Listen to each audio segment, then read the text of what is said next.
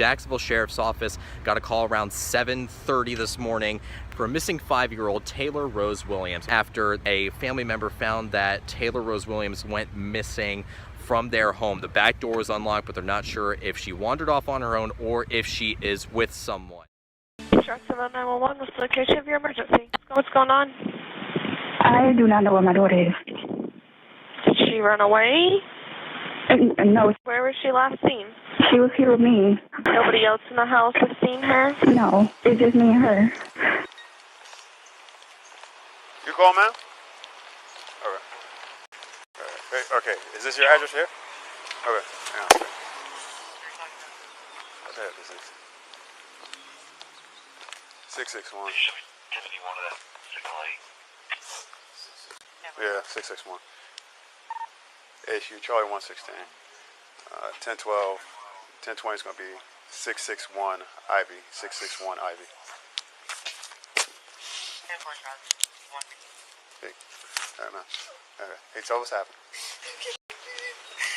I woke up this morning and started getting ready for work. Cancel that. She wasn't in the room. Okay. Have you had any problems with anybody? No. Okay. Anything unusual? Okay. Do you live by yourself? Just me and her. Okay. The father of the child? No. He's not in her life? He's in Alabama. He's here? Alabama? He's in Alabama. Okay. So,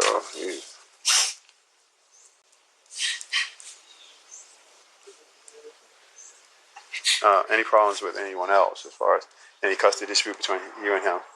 No? Okay. All right. And there was no dispute or anything like that? Any argument with anyone else? All right.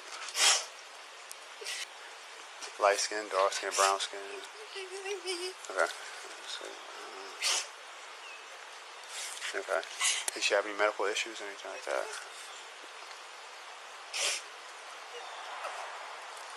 Okay. Okay. 684, Charlie 116. I need you to respond.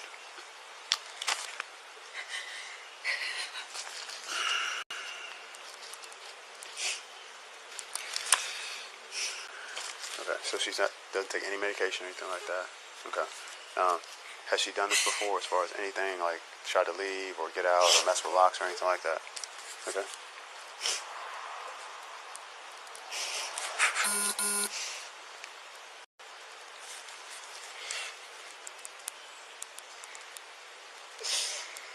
Okay. And as far as you, no problems with anyone like out of the ordinary? Any neighbors, anything like that? Okay. 684. And Charlie 116. I'm gonna need you to respond. Tempo, give me a call. Tempo. Alright.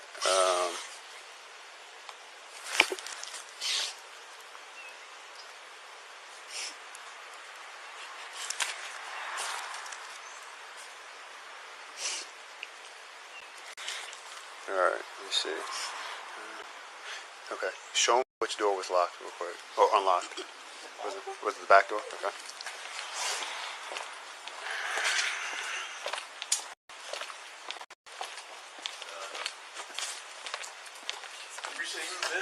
Yes.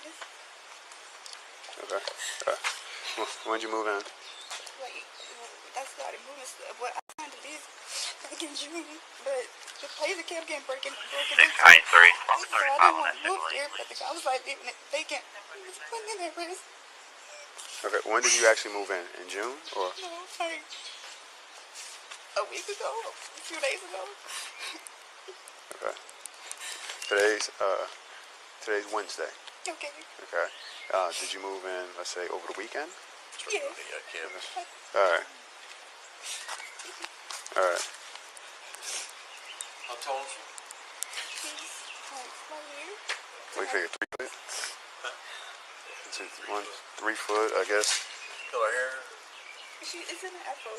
I'll do 75341 Kilo. Let's say brown skin. I'll put out Bolo in a second. And she was wearing purple. What was she wearing? That's She's wearing pink and purple. pink and purple pajamas. Yes.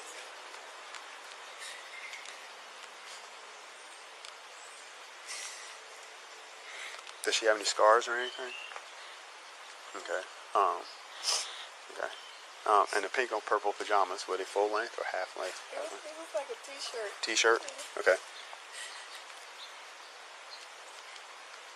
And what about the bottoms? Were they full length or were they full?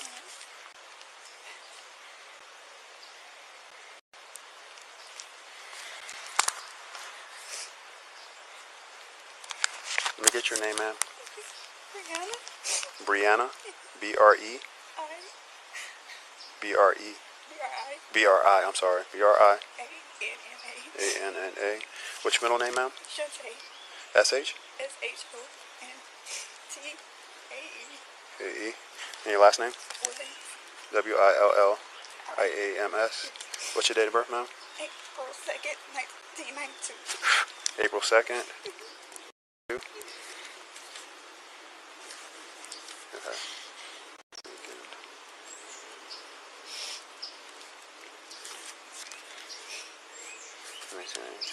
Okay. Charlie 116, 684. I'm calling you now, sorry.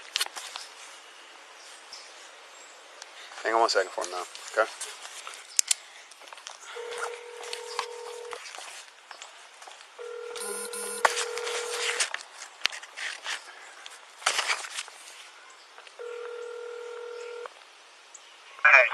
Hey, Chad checked the house, said no sign of the child.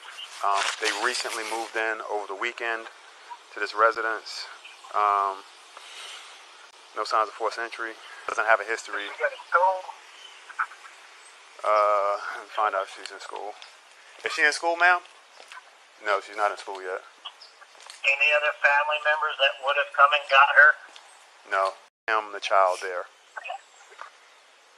So you said she does not go to school? She does not go to school. And we last saw her at midnight. When she put her to bed. Alright, so they just moved in this weekend. Did she ever run off like this before? No, 1054. Nothing like this. No history. And y'all have torn that house apart? I didn't even go in the house. I was just getting information from the mom. Chad went in the house already. He's doing a canvas. Go in the house.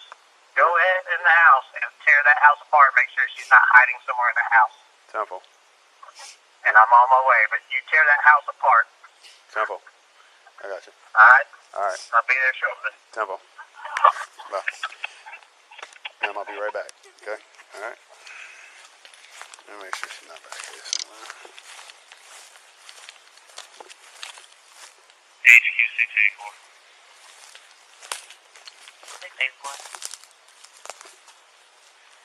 684. Can we go ahead and start a tracking K9 and see if that area is available? References signal 8. So as we have seen, there has been a large search effort. This is images from the corner of Ivy and Springfield Boulevard, some of the area that was blocked off as police were searching both by foot and also by air as well. You can see just here off in the distance some helicopters that are overhead. So you can tell that there is a large search effort going on for this missing girl. The police officer came to my house this morning, brought me the flyer about the little girl. And as soon as he hit me with the flyer and let me know the information, I came in the neighborhood and started looking for myself, checking all the abandoned houses in the community, checking the garbage cans in the community, going to doors, talking to anybody that's on the streets to, see if we can find this little girl. Been like 20 blocks going door to door in this area since 9, 10 o'clock this morning, looking for her. Me being a father and being a part of the community itself, this is important that we have to stand up and protect our people and in any perspective that we can possibly do. And we've seen, and I'm happy that in this community that a lot of people did come out in the community. I've met some people from other communities that came out to help look for this little girl and help find our little sister that needs to be found.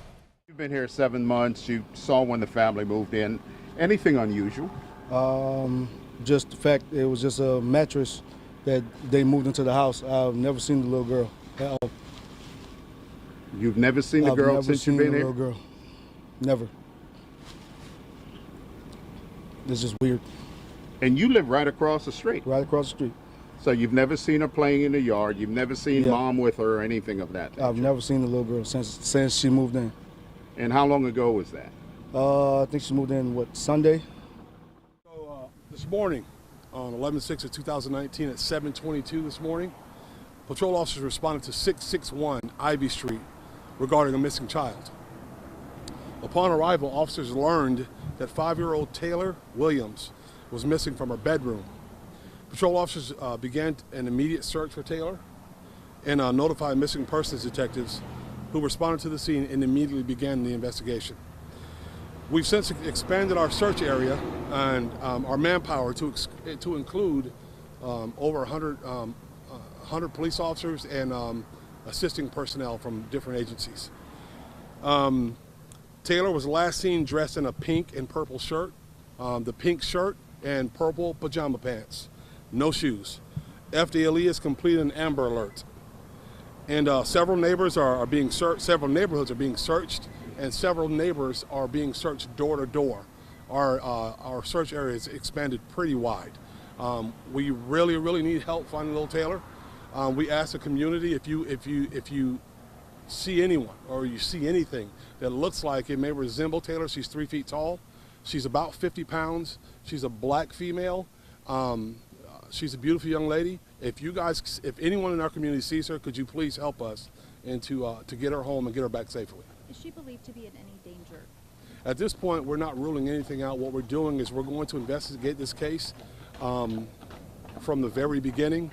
Missing person, abducted child, we're pulling out all stops, doing everything that we can. Do you believe that she is with a relative or someone that she knows? At this point, we don't know that. Has the family given any indication of where she may be? No, not yet. Why did the search expand? Well, it's a 5-year-old. And when you have someone as young as she's obviously in danger if she's missing. She was last seen about midnight last night. And at 5 years old, we know it's very urgent that we find her as quickly as possible. Can you talk more about the resources being used? Are you searching by ground, air? We're searching. We're using ground resources, mounted units, our air units involved. Our officers are going door to door on foot. We have homicide detectives, missing persons detectives, patrol officers. We have everyone out here to do everything that we can to locate Taylor. Has the family given you any indication that she's known to wander in the past? I don't have that information yet. This investigation is very early. We're very early into it. We don't have a lot of detail yet. We're still trying to gain some information, but as soon as we gather, we're definitely going to pass it on because we want to find Taylor. The back door of the house was unlocked. Does that lead you to believe that she may have left on her own? That's a possibility. Like I said, we're not ruling out any possibilities. We're not saying that it's criminal.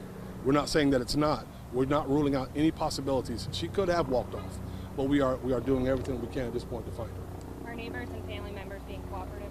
Yes, at this point, yes. And it is an Amber Alert now? There is an Amber Alert, yes. It was initially a missing and endangered child. It's been upgraded to an Amber Alert. Did she live in the home or was she staying with family members? From my understanding and the information that I was given, she lives at the home. And there's no other vehicles or persons of interest at this point? Not at this point. Anytime a child goes missing, it's always a big concern. Can you talk about the efforts that you're going to put forth to find her safely? We'll work until we can't work anymore. We'll trade out individuals, we'll trade out our officers, we'll get them rest, we'll get them fed, and we'll continue to search until we can locate her. All right, thank you. Thank you. Thanks for your help. Well, the search is still going on. I'm not hearing much information. I came down to actually help out with the efforts, passing out water and sodas and things like that, keep everyone hydrated as they continue to search. We're not getting much information. There's a lot of speculation, different stories like that going on. So the community is still uptight, it appears, and we're just praying that we have a good and positive outcome. And so when talking to officers, what have you been hearing? Well, officers are saying, hey, man, nothing is left unturned. Everything is a possibility. I talked to one officer, I guess off the record, and we mentioned that it does seem fishy, and they said, yeah, it's possibly could be foul play, but they're not speaking on that officially, but that's the way it looks. And what's the atmosphere with other people that are helping? There is some optimism, but it's dark. It's a dark moment for a lot of people, and they're just, they're hoping that the outcome is positive. Just a brief update. So what we've been doing throughout the day, we've been searching several different locations. We've been around here 1 square mile out from where we are now in each direction. Searched several hundred houses, door to door. We also have searched an area out on Southside Boulevard. It's a previous address for Miss Williams. In the event that somehow Taylor found her way back in that direction. We are currently still searching that area in hopes that we find Taylor. Taylor is the most important thing here right now. We are very concerned, but we are going to search, and we will continue to search throughout the night in hopes of finding locating Taylor. And with that, I'll answer any questions that you may have. Do you believe that she is with any relatives, friends, anyone right now? We have actually, to be honest with you, no idea. We're hoping she's not alone, and if she and we hope that if she is with a family member or a friend, we're begging, we're asking that you would reach out to us at 630-0500, 911. Just give us a call. Let us know that Taylor's safe, because that's our biggest concern. Are you going to search both locations throughout the night? That's correct. Yes, we will. Chief, where's the mother right now? The mother is still cooperating. As a matter of fact, the entire family is cooperating with us as we speak. They're cooperating. Are they downtown at police headquarters? The mother is. Do we believe this disappearance is suspicious in any way? I'll tell you this way. We are going to investigate this case, and we're going to be very thorough in how we do it. We're going to investigate it, and we're not going to rule anything out. We're going to check all angles. At this point, we're still concerned about Taylor, and we will continue to look for Taylor because we want Taylor at home safely. What exactly brought JSO to the South Side location? Through investigation, our investigation led us to another address a previous address for Miss Brianna Williams and Taylor. You said that the mother is downtown and she's still cooperating. How long has she been there? Since this morning. Since this morning? That's correct. Is she there with an attorney? No, she's there by herself. Can you talk about the manpower and resources used for this search? We have approximately 121 officers here at this location, FDLE, the FBI, mounted units, drone units, our air unit, and 64 other officers out at the apartment complex off Southside Boulevard. Is Mom downtown as a person of interest? Mom is downtown as a mother that's concerned for her daughter, and we're looking for her. That's why she's there now. There was a vehicle towed from the residence earlier today. Does that have any connection to this case? Yes. So we took that vehicle because we want to make sure that we process every vehicle and everything involved to make sure that we cover every base. We're completely thorough. We want to make sure everything is done and everything is ruled out. Is there something specific about that car, the trunk, or anything that you're looking specifically at? Not specifically yet, no. I saw dive teams searching in what appeared to be a retention pond. Is that connected to this search? Yes. So naturally, and what we noticed in my experience, that children, unfortunately, are drawn toward water. We want to rule that out also. We want to make sure that Taylor's not in any body of water.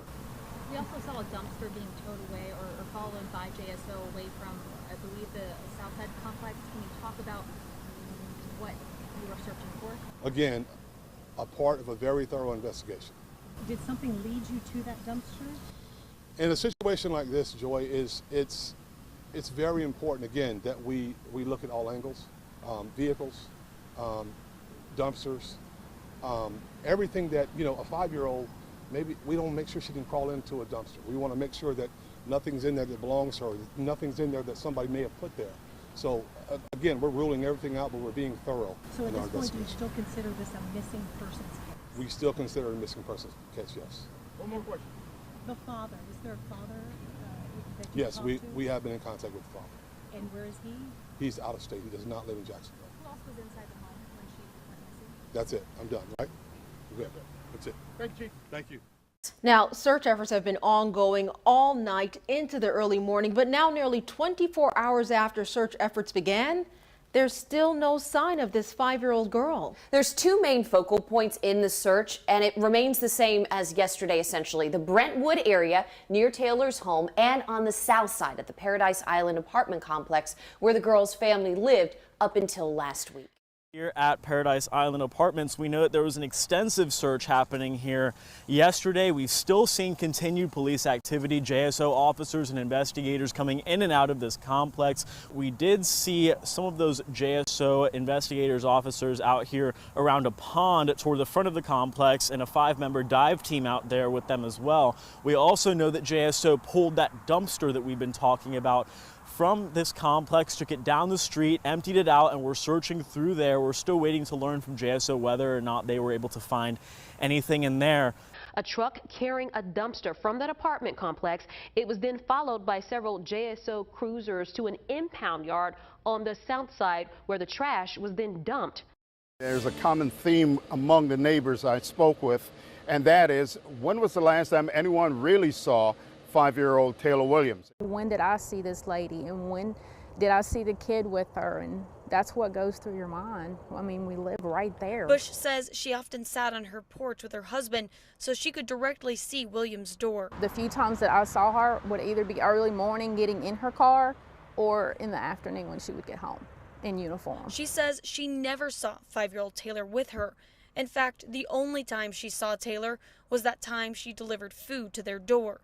She says she had always assumed there was a stay-at-home dad or someone watching Taylor, but she never noticed any visitors there either. She took this picture when officers swarmed Williams' old apartment.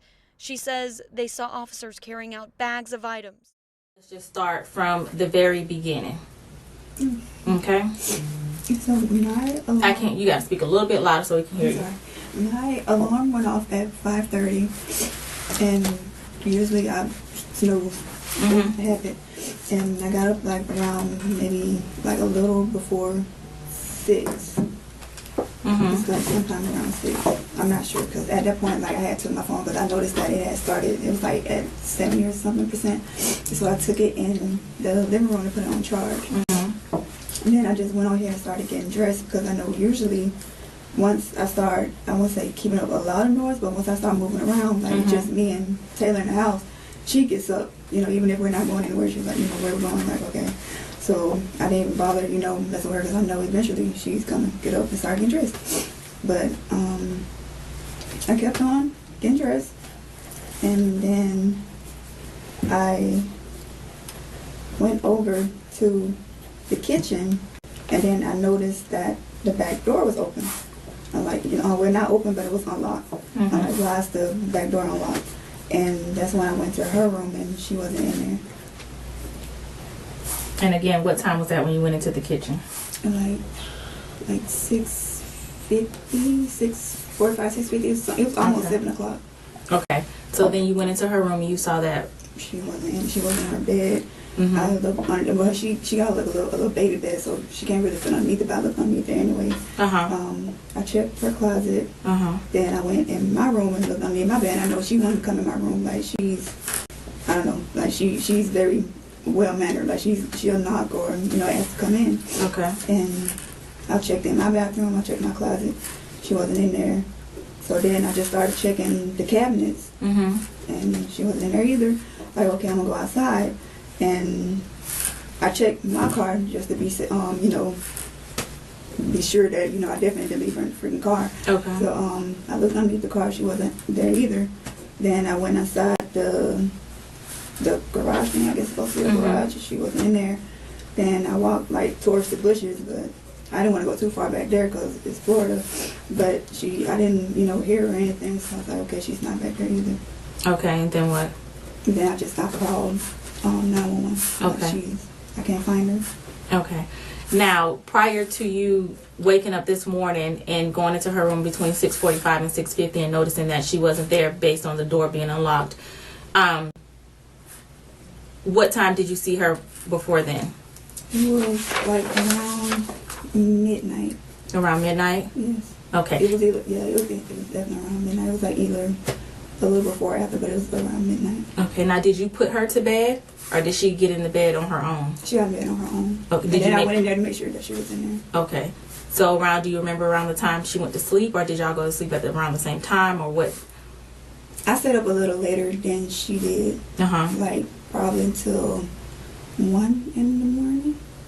So she went to bed between 12 and 12:30, and you went to sleep about 1 o'clock a.m. this morning. Did you check on her prior to you going to sleep? No. Okay, so you assume that she was asleep? Yeah. Okay. Now, how long have you been in that house? We've been in there for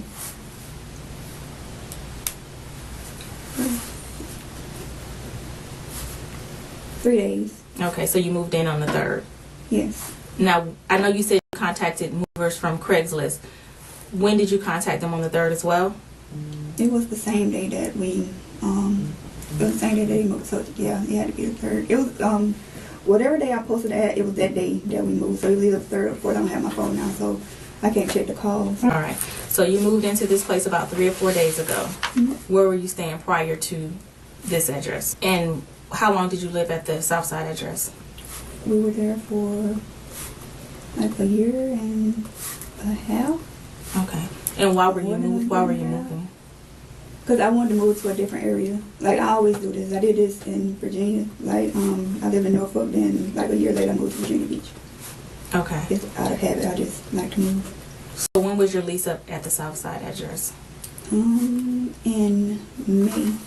So your lease was up in May, but you were still living there? Yes. It was up. It went to month to month. Because I was supposed to put in a notice. They wanted a 60-day notice, and I kept forgetting to put it in. Excuse me. So I ended up with 2 different places, and then once I realized that that one was getting broken into, I was like, I didn't know a way to get out of it, because I pulled the statutes, and I even Googled like, is having your place broken into like grounds to break a lease, and it was like no, but it said the landlord and the property manager could authorize you to move out. But other than that, like legally, like there's no, you can definitely move out because your place was broken into. Because I guess they say any place can get broken into. So your Southside one was up in May. Yes. And then when did you get this one on Ivy? I'm sorry. June. I started paying for that one in June. June. So you were paying rent in both spots? Yes. So for 6 months, you had 2 residents? Yes. I was like, I'll come and check on the Ivy one, and then I just stayed at 8787. So for 6 months, you had the Southside address and you had the Ivy address. What 3 days ago made you need to move urgently if you were there for if you had both places for 6 months and you didn't feel safe at that point? Because I didn't want to keep paying rent in both places. So you're paying rent for 6 months. You can terminate one. Yes, I can terminate 30 days. One easily. Are you able to afford both rents? It was hurting me. Yeah, I made it work, but why not just move into the Ivy Street? That's what eventually I did. I was just like, they're probably gonna tell me I had to suck it up anyway. So that's why I just was like, okay, I'm just gonna move on to Ivy. When did you plan to move to Ivy? I was planning on it like as soon as I signed a lease. But I mean, you decided on the 3rd that was the day to move. That was the day that I actually was like able to find movers, because that was the whole issue. I was like, I didn't, which company am I going to go for? I had been asking around. It was like, just ask people from work. It's like, no, I don't want to ask people from work.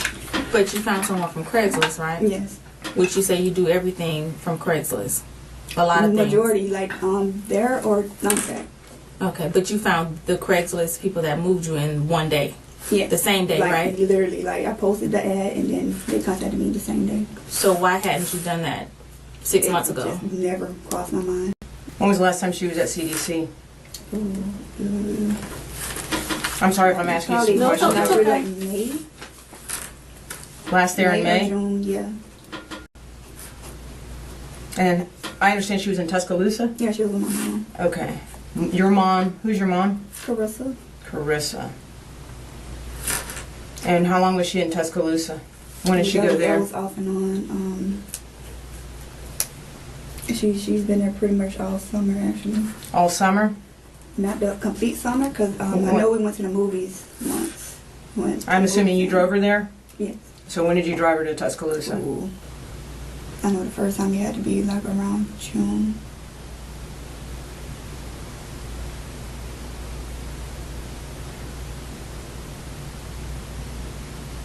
Okay. I'm not sure. Did she stay from June until you just picked her up? No, it was June. Then we went to the movies one day, so I went back and got her so we can go see what was the Wonder Park. So it had to be sometime in July. So you went down there to pick her up and brought her back here for one day? Over the weekend. And then because it's only like 7-8 hour drive. Like I used to drive from Virginia to Alabama over a weekend, and that's 17 hours. So. Okay. So you bring her back on the 31st. How long was that visit? That one was since the beginning of October. So the full month she stayed in October with your mom, Carissa. And prior to you dropping her down there October 1st, or the first part of October, when did you, when was the last time she was there before then? Like the first week of September she was here. I think whenever the storm hit. Okay, which was the end of August, the end of August, beginning of September. We had a lot of we had a lot of days off, so I was like, okay, cool. Okay, cool. What? I can have her with me. So you went to Alabama and brought her back here during the hurricane? She was here, yes. Like, well, not during the hurricane, but well, I know, yeah. Yeah. So when I know you said the last time that she's gone to the CDC, which is the daycare on base at NX Jacks, correct? Prior to once she got back here, where was she? Who was watching her during those time frames? The only people that ever watch her is just me and my mom. Okay, so when she was here with you during the weeks or weekends, and you had to work, who was watching her? Oh no, like when she was here, like those days that I'm off, so no one is watching her besides me. So since you've gotten back on the 31st, you have not been to work? No, okay. I'm still on leave. You're on leave until this morning. How long have you been on leave? It's been since October the 29th or the 30th. The 28th? I'm not sure. Well, I use the is this planner, so. regular leave, or is it just this is regular leave. Like a vacation leave, kind of? And why? What were you planning to do on those days? Just I was planning on going ahead and finish the move, terminating the lease, and going to see her because my mom, she had like I said, she had to be in Indiana, but she went to Indiana like the weekend after I picked her up. All right, so you're watching her every day because you're on leave. Yes. You don't leave her with the babysitter or anything, even for a little bit. Okay. And there's no one living with you. No. Any pets in the house? No. Do you have any dogs, cats, or anything? Gerbils? No. Hamsters? Okay. Sorry. No, you're okay. There's like a community cat, but nothing that lives with you. Okay. So again, she went there from May or June. You checked her out of the CDC. You took her to your mom, and she stayed with mom through September. No. Or August. I'm not sure the exact date. Well, give me just. It was sometime in either June or July. I just kind of like skip hop back and forth over the weekend. Okay, so you would get her for the weekend, come here for the weekend, or stay up there with her for the weekend? I'll come and get her. So you'll get her, back, bring her back here for the weekend, and then take her back when? Sunday, Monday, Tuesday? What days would you take her back? It depends. Like if I was on leave, then I just take her back while I was on leave. But other than that, then it had to be Saturday or Sunday. Okay. So I can make it back. Would your mom be able to tell us what days when she last saw your daughter? Because I think we have her number, right? Yeah. So if we call her, she's going to say that she saw her in the month of August. Yeah. Okay. So on your visits, you never brought her back during the week? She always only stayed with you during the weekend? It depends. If I was on leave, then she come back during the week. But otherwise, then it was just the weekend. Okay, so it was only on times that you were on leave or the weekend. Yeah. So no one here ever watched her outside of the CDC daycare? The CDC and before that, kindergarten. No. Kindergarten? Yes, that's the name of the daycare center. Okay. And where's that located? Bay Meadows. Is it kinder care or kindergarten? Kindergarten. Okay. And it's on Bay Meadows? Mm-hmm. Okay. And when did she stop going there? Ooh, I don't remember. Was that prior to the CDC? No, it was before the CDC. Okay. Now, let me ask you this. So prior to you moving to the Ivy address on, we're going to say the 3rd, 3 days ago, you and Taylor were both living in the Southside address? Sometimes she was. When she well, was when, with my mom. right, when other she, than that, okay. yeah, she was with me. Okay. She's always been with me, except other than deployments. Okay, so why did your mom have her now? Or why was she having her off and on now? Oh, because my hours were getting a little crazy, and 12 duty every other week. I was like, it's best for me to just send her there. Okay, what's your... Especially because I was planning on moving to the place. That was the other reason. Because I wanted to be What'd you say? I established. couldn't hear you, I'm sorry. I was planning on moving to the Ivy place. Uh-huh. So it'll already be established by the time she got back, but I just never got around to it. Okay. So you said your hours changed. So did you change positions or your job title or what? No, just the hours. Like usually we'd go into work like around 7:30. We'd be off like around 14, but then it's just started getting later, 16, 17. What are you doing already? I'm in IT. IT. And your hours are what? I'm sorry. Yeah. What are your hours again? Now it's 7:30 to 16, but it varies depending on what we got going on for the day. 7:30 to 1600. On duty is 8 to 8, but 7:30 to 7:30. Okay. And how often do you have duty? On bad weeks, twice a week. No, what do you mean bad weeks? Like it'd be like twice a week. Okay. And, sometimes it's like once every week. What is the norm? What is it supposed to be? Oh, I don't know the rotation. You don't know your rotation at work? Not the duty hour rotation. So you don't know. You couldn't tell me right now when you were going to be on call next? If I had my planner, I could, but not now. My planner on my phone. I put them in there.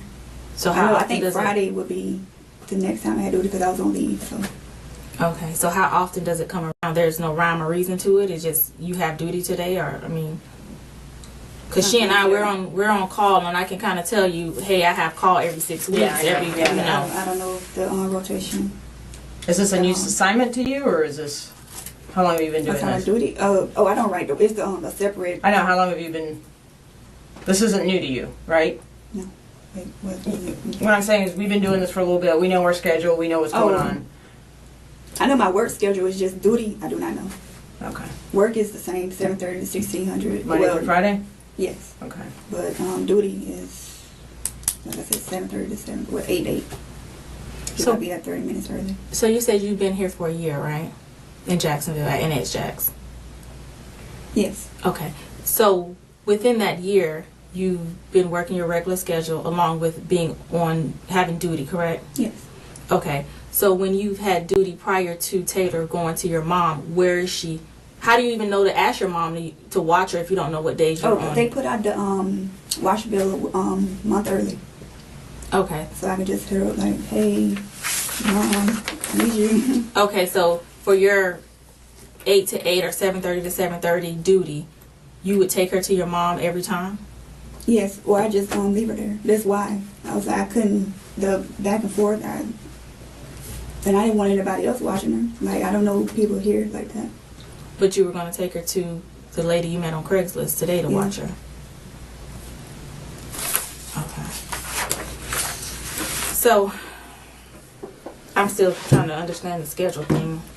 So on Sunday, you get a hold of movers. Yes. Okay. And they came out. What time did they come out? I have no clue. Morning, afternoon? It was afternoon. After 12 o'clock? Yes. Okay. How many people came out? 2. 2, male, female, or what? Male, female.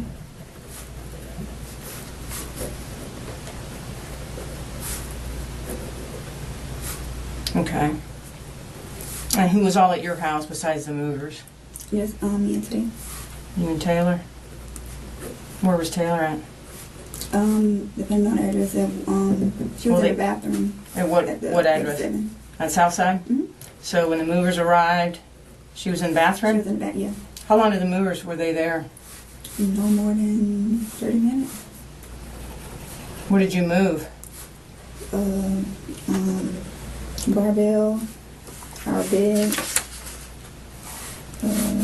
exercise bike, dresser, mirror, dining table, microwave. I had to take more than 30 minutes. With two people, really? I just moved. I had everything pushed towards the front, so they just came to the door and just took it. Did they take everything? Just the big things. Why didn't you, if you were paying them, why didn't they take everything? Oh, because it was last minute. I was like, but you still paid them, right? Mm-hmm. And they were a moving company, right? So why didn't you just go ahead and have them? Well, they moved you. Yeah. Why didn't you just go ahead and have them take everything at that time? No, I hadn't packed everything. Like clothes and stuff. Most of the clothes and stuff are still there. Okay. So what was the urgency? Why couldn't you wait to find a mover once you had everything packed up and ready to go so that you can move everything in one go round? I didn't even think about that. How old are you? 27. 27. Okay, I didn't get that. I'm going to ask you a question. What do you think happened this morning? I don't know. Where do you think she's at? I have no clue. Because she wouldn't leave. And I don't even know, like, did they find Mr. Bear? Because she wouldn't go anywhere without that thing. What? This little pink teddy bear, she calls him Mr. Bear. So on this move on Sunday with him, did she ever come out at all, or she was in the bathroom the whole time? She came out, but they weren't in the house at that time. They were strapping stuff down or whatever they were doing outside. As far as I know, they never saw her. Was she taking a bath, or was she what? She was playing with fish. Playing with fish? Yeah, she was playing with them the wrong way. It's like the little fishing game, the fishing pole. Okay. Like she plays with fish in the water. Okay. All right, Brianna, and you know, they're involved, we're involved, we've got, I don't know how much, I mean, our whole detective unit is out canvassing and working and doing interviews. And part of this whole process is we're going to call the movers, we're going to call your mom, and we're going to verify some information. Okay? You know where this is going to lead to? Okay. So the movers, it was pretty abrupt. You needed to be out of that house that day, Sunday, according to the conversation that one of my partners had with the detective, with the movers. Okay. What was what was the urgency? It wasn't urgent. According to the movers, it was I had to be out today. I didn't tell them that. Okay. All right. And they never saw your daughter. That's what I was not. Yeah. They never saw your daughter. They never saw you put her in the car. They never saw her at the other house. They never saw her. Why is that? I didn't want them to see her. Why not? Because I don't know them like that. Well, I mean, you're not introducing me to her, but how did you leave her at the house on Southside and then go to Ivy without her? No. They never saw her. They never saw you put her in the car.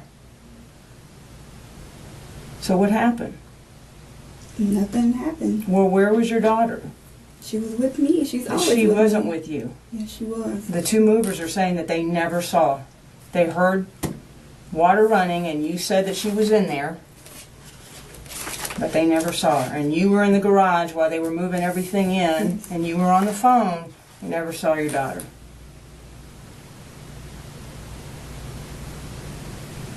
They called your mom. She hasn't seen your daughter since January. Yes, she has. Okay, why would she say that? October. Why would she say that? This is Carissa. This is your mom. That's my mom. Why would she say that? She would not say that. Detectives have interviewed her on the phone. They've spoke to both grandmas. They couldn't have, because one of my grandmas is dead. Well, on the father's side? On my mom's side. Okay. What about Daddy? I'm done with this. I don't want to talk No. about this. Yes, I am done, because you're No, you're lying to me now. So How am no. I lying to you? I'm not lying You to just you. said that my mom. I literally picked my mom. I mean, not my mom. I'm my just daughter telling you up what my from- partner said. And I'd like to explain to you, but I don't know where to get that from because I literally went down there. Do you want to talk to Halloween night? Do you want to talk to the detectives I spoke with her and then get that? Find out what the information they gave? I'm done with this because I don't know where this is going, but no, no. Like, it's the second time this has happened. Like, some other lady was, like, saying stuff that I didn't even say. Like, she was twisting my words. Like, no. Where other lady? No, I'm not sure who she was. What, today? Yes. Where? Like, she was, like, explaining. She was trying to explain what I was saying, but she was saying it wrong. Like, no, I'm done. Well, but that's why we're trying to get clarity. That's all we want. We just want We'll get clarity. later, but not. It's a late day. I just want my baby home, And that's what we're trying to do. Well, the whole thing, because there's no way my mom would tell you she hadn't seen her since January. Like, what? And that's why I'm asking you. No, I picked her up Halloween, like, Okay. that afternoon. Okay. It was pouring down rain. I'm just telling you what she said to my partners. That's all. Okay? And and you have to understand our point. We're trying to find out what's going on. Yeah. So if there's a discrepancy somewhere, do you not think the best thing to do is to talk to you? Yes. Okay. So do you understand where we're coming from? I do, but I'm over this. Like, because my mom, she would not say that. So you don't want to And talk to us anymore about any and of this? Oh my God, and my grandma is dead. What about No, on your father on Taylor's dad's side? Does he have a grandmother? Yeah. Okay. Do you understand that? I don't know that, but you said you talked to both of them. And that's I didn't talk to my partners did. Oh my God, it was my Do you want to continue to talk to us about what's going on? I do not right now. No, like, 'cause this is going too far. Like, my grandma. Okay, so you don't want to answer any questions as to the whereabouts of your daughter? I don't know where she is. If I Well, did, and I I'm trying to get the wouldn't be background. Yes or here. no? I've told you everything that I know. Like, I don't know. But My you don't mom- want to answer my any mom more is on her way questions? here now. Hmm? My mom is on her way here now. Okay. Do you want to So answer if you any? want to talk to her when she gets here, you can talk to her when she gets But here. you don't want to talk to us anymore? I do not want to talk Okay. to her. Do you change your mind? Do you mean that door? No. So at this time, we have deployed assets to Alabama to participate in search efforts. Primarily, we have our investigative teams from the homicide unit on the ground in Alabama and missing persons unit. So again, here's what we know. As we have previously stated, in the morning hours of Wednesday, November the 6th, young Taylor was reported missing from her family home on Ivy Street, located on the north side of Jacksonville. As of today, Taylor's mother, Brianna Williams, remains uncooperative with this investigation. She has not spoken to us since Wednesday, and she was the last person to see Taylor. She is a person of interest in this case, and we still need her cooperation in our efforts. We're still also asking for the public's help with providing us any details related to Taylor's whereabouts. So a little different than last time. Specifically, again, we're asking anyone who has seen Taylor and Brianna together, but this time between Jacksonville and Alabama in the last 2 weeks. So if you've seen Taylor and Brianna Williams, the mother and child, together between Jacksonville and Alabama in the last 2 weeks, we would ask that you reach out to us. We believe the mother was traveling in her black 2017 Honda Accord, tinted windows, black rims. There's a picture here. So with that, I want to turn it over to Psych Rojas for a couple comments. Thank you, Sheriff Williams. Very soon after little Taylor Williams was reported missing, we at the FBI Jacksonville Field Office offered assistance and any available resources to JSO to help in their search. Since that time, dozens of FBI special agents, intel analysts, and technical experts have committed hundreds of hours to this investigation. We've called upon several of our skilled teams, including the FBI Child Abduction Response Team, the Cellular Analysis Survey Team, the Evidence Response Team, and many others with legal and technical expertise. Much of their work continues as we speak, both here in Jacksonville and in Alabama through our counterparts at FBI Mobile and FBI Birmingham. Sheriff Williams, you have my commitment that the FBI will support JSO as this investigation continues to unfold in the days and weeks to come. As our community has shown over the past few days, there's a lot of love for Taylor. So with that, we can take a few questions. Sheriff, this is a considerable amount of resources being pulled out of the Jacksonville area. How good is the intelligence that you're going to get some sort of resolution out there in Alabama? So obviously every tip, every lead, every bit of witness testimony we get, we corroborate and vet. So we feel pretty comfortable that this is the right step to take and to bring some closure to this case. Where in Alabama specifically are you searching? Demopolis or Linden? In that area, so we have a pretty large area that we're going to focus on. That will get narrowed down later today potentially, but it's in that general vicinity of Linden and Demopolis. Any hint that she's still alive? So here's what I want to make the point of. So there's a lot of different efforts going on right now in this investigation. There are search efforts underway. We still have other leads that we're focusing on as well. The information that drove us to Alabama demanded this kind of response, and we absolutely hope to find her alive. You said that you believe that she had traveled to the Alabama area.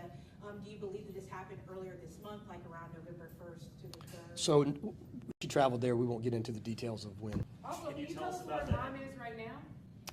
Can you tell us where mom is right now? She is. She's on the Navy base, but she's not in custody. Sheriff, how is the Navy involved with this? I mean, are they cooperating with JSO as well when it comes to Brianna staying on base? She is not under custody, under any kind of naval confinement or anything like that. She's, she just happens to. She works on base. She has she can stay on base, so that's where she's at. Can she come and go as she pleases? She absolutely can. This is Brianna Williams. According to an Alabama newspaper, she went to high school in Alabama, then studied mechanical engineering at Alabama A&M University before joining the Navy. The Navy confirmed Williams is currently a petty officer, first class at the Tactical Operations Center at Naval Air Station Jacksonville. Longtime colleague of Brianna Williams says Williams returned to work Thursday morning. After spending all of Wednesday at JSO headquarters, he saw her on base in uniform around 9, taking care of some administrative work. She was sad. She was really sad, like someone has cried their last tear. Close family friend Nisha Sims, who's pictured here with Taylor, tells us Williams was a loving mother who would do anything for her child, and describes Taylor as smart and joyful, but often quiet. She was just a sweetheart. She was clinging to anybody. My son at the time, he was about 5 then. They played very well together. She was very shy. She never got into any trouble. The sheriff's office says Taylor did not walk out of her home on her own accord, and she could have been missing for weeks, if not months. Detectives were able to extract and examine GPS and other data from the black 2017 Honda Accord driven by her mother, Brianna Williams. That collection of data, coupled with more familiar cell phone data, created a remarkably true-to-life footprint. With a search warrant, investigators accessed the car's data files, which pinpointed where the car had traveled and when. GPS showed Brianna Williams in the Linden, Alabama area between October 31st, November 1st, and November 2nd.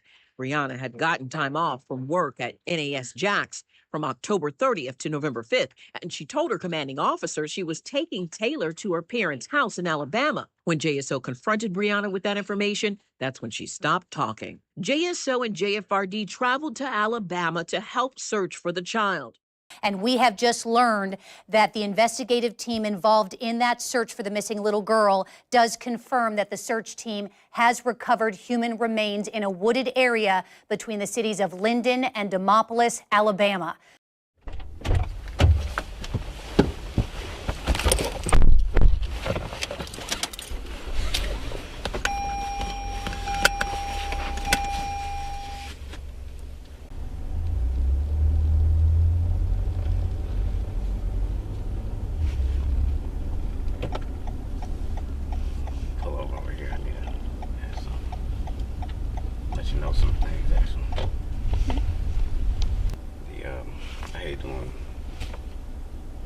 hate watching bad news and stuff like that on news, and I hate going back and forth with it, with everything that's going on. But you know, now they're saying that you're a person of interest now. Yeah. I mean, they ain't, why would they? Oh, open the door. Oh shit, you alright?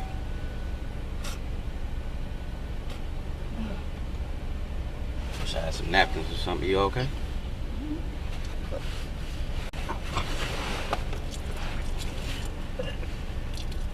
Oh shit. You okay? Any water or anything? Yeah, take that, take that.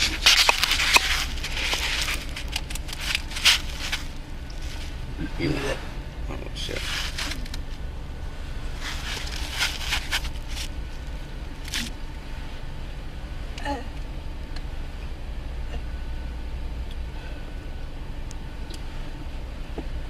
You sure you're alright?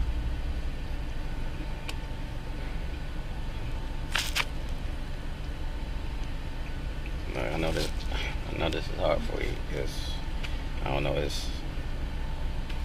I don't really want to like watching it. It's just how everything just came out. I don't know why they be saying that.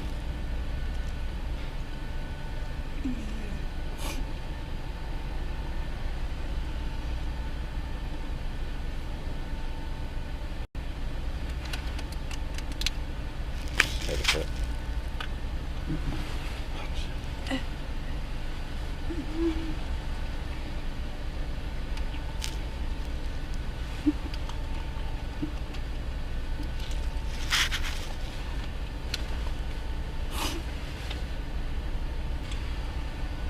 Brianna. You alright? Williams, are you okay? Shit. Gotta get take it to the ER. Alright?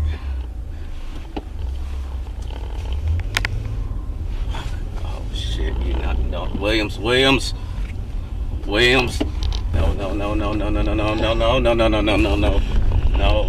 you're not gonna go. No.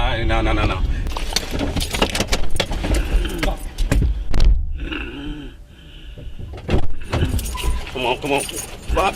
You ain't going on me like that. God damn it. Come on. You're fucking shocked, man. You gotta get her in. Alright, go get help. Yeah. Yep. Hey, how you doing? Alright, we're gonna get John out of here, okay? Bring this stretcher over here.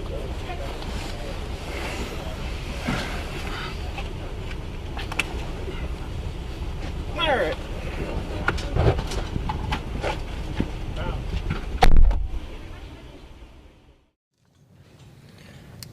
All right, good afternoon. I'm Sheriff Mike Williams, and joining me here today is our State Attorney, Melissa Nelson. So as we reported earlier today, search teams uncovered the remains of a child in a wooded area in Alabama. Teams on the ground there are working on recovering the victim, and while indications are that this may be Taylor Williams, the exact identification of the victim will be made pending some detailed forensic analysis of those remains. Brianna Williams, the mother of Taylor Williams, has been arrested this evening on charges of child neglect and giving false information to investigators during the search for Taylor. The suspect has been absentee booked at a local hospital after being admitted today due to an apparent overdose of some sort. So the search effort was a massive operation which included teams from local, state, and federal agencies, and our community is indebted to them for their help, resources, and continued support. I'd also like to thank our local community for the outpouring of support and information that we've received in the last 7 days while working this case. So with that, I will turn it over to our State Attorney for a couple comments. Thank you, Sheriff. The missing persons investigation of 5-year-old Taylor Rose Williams that began last week culminated into an effort among multiple law enforcement agencies under the lead of the Jacksonville Sheriff's Office and across states. This is obviously not the outcome any of us had hoped to reach. But I want to thank all of the law enforcement agencies who really coordinated in an extraordinary effort to make this search happen. So this investigation has led us to what we believe to be the remains of Taylor Rose. When you have children, your children is your heart. You know, you're supposed to do everything you can for your child. Mm-hmm. You will go to the end of the earth for your child.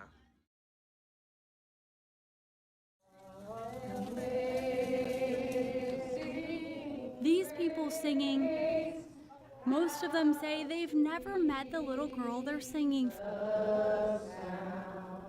Little Taylor Rose may not have known any of us, but we are here for her and it's important for our community as a group to say so. A community joining hands, lighting candles, and praying for a little girl none of them know. Sweet little Taylor Rose, I, along with the rest of the world, have fallen in love with your beautiful smile.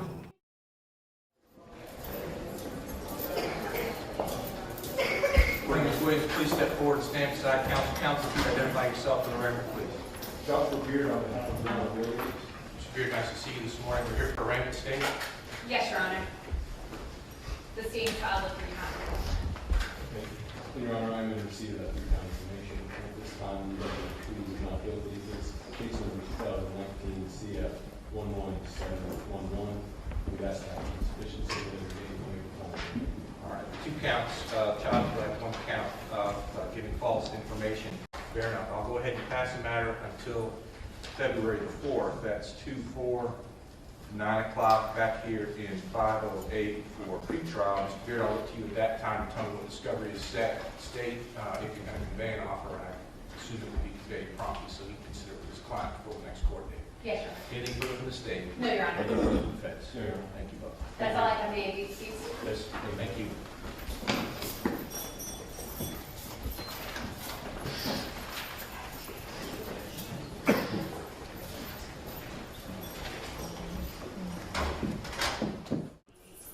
The words willfully torture and maliciously punish are how this new charge of aggravated child abuse is defined. Now these are much harsher words, stronger words that carry a harsher punishment here than what she's previously been charged with. We also have on this court document transport of human remains, and that has to do with her other new charge of tampering with evidence. Still, so far though, no charges directly linked to little Taylor's death. We still don't know how little 5-year-old Taylor died. She went missing in November and was found dead 6 days later in the woods in Alabama. Roughly 100 pages of documents released last week paint an incredibly grim picture of how her life could have been.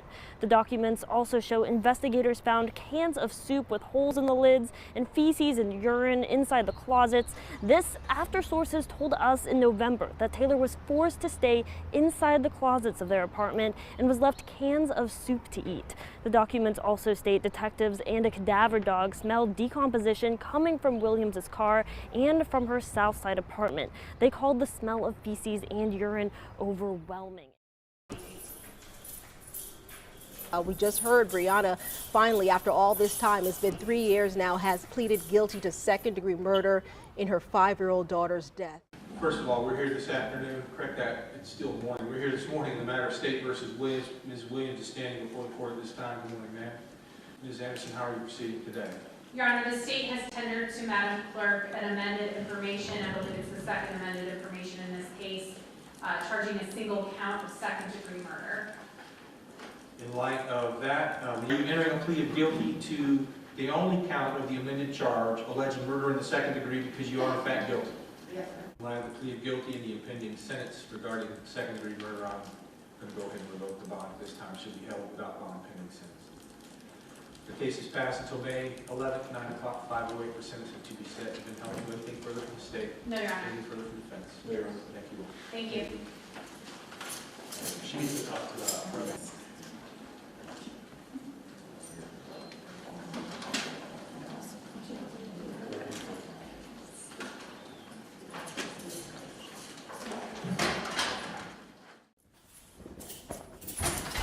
Ms. Williams, good afternoon.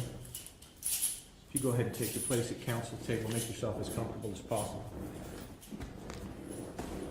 We're here this afternoon in the matter of State versus Brianna Williams. Is present along with Mr. Beard, her counsel for the state. Ms. Anderson and Mr. Hutton are also present. Go ahead and call your first witness. Can you please introduce yourself to the court? J.K. Livingston, Officer Livingston, where are you currently employed? Jacksonville Sheriff's Office. How long have you been with the Jacksonville Sheriff's Office? 22 years. Did you become involved in a missing child investigation? I did. Once you located the residence, did anyone come outside?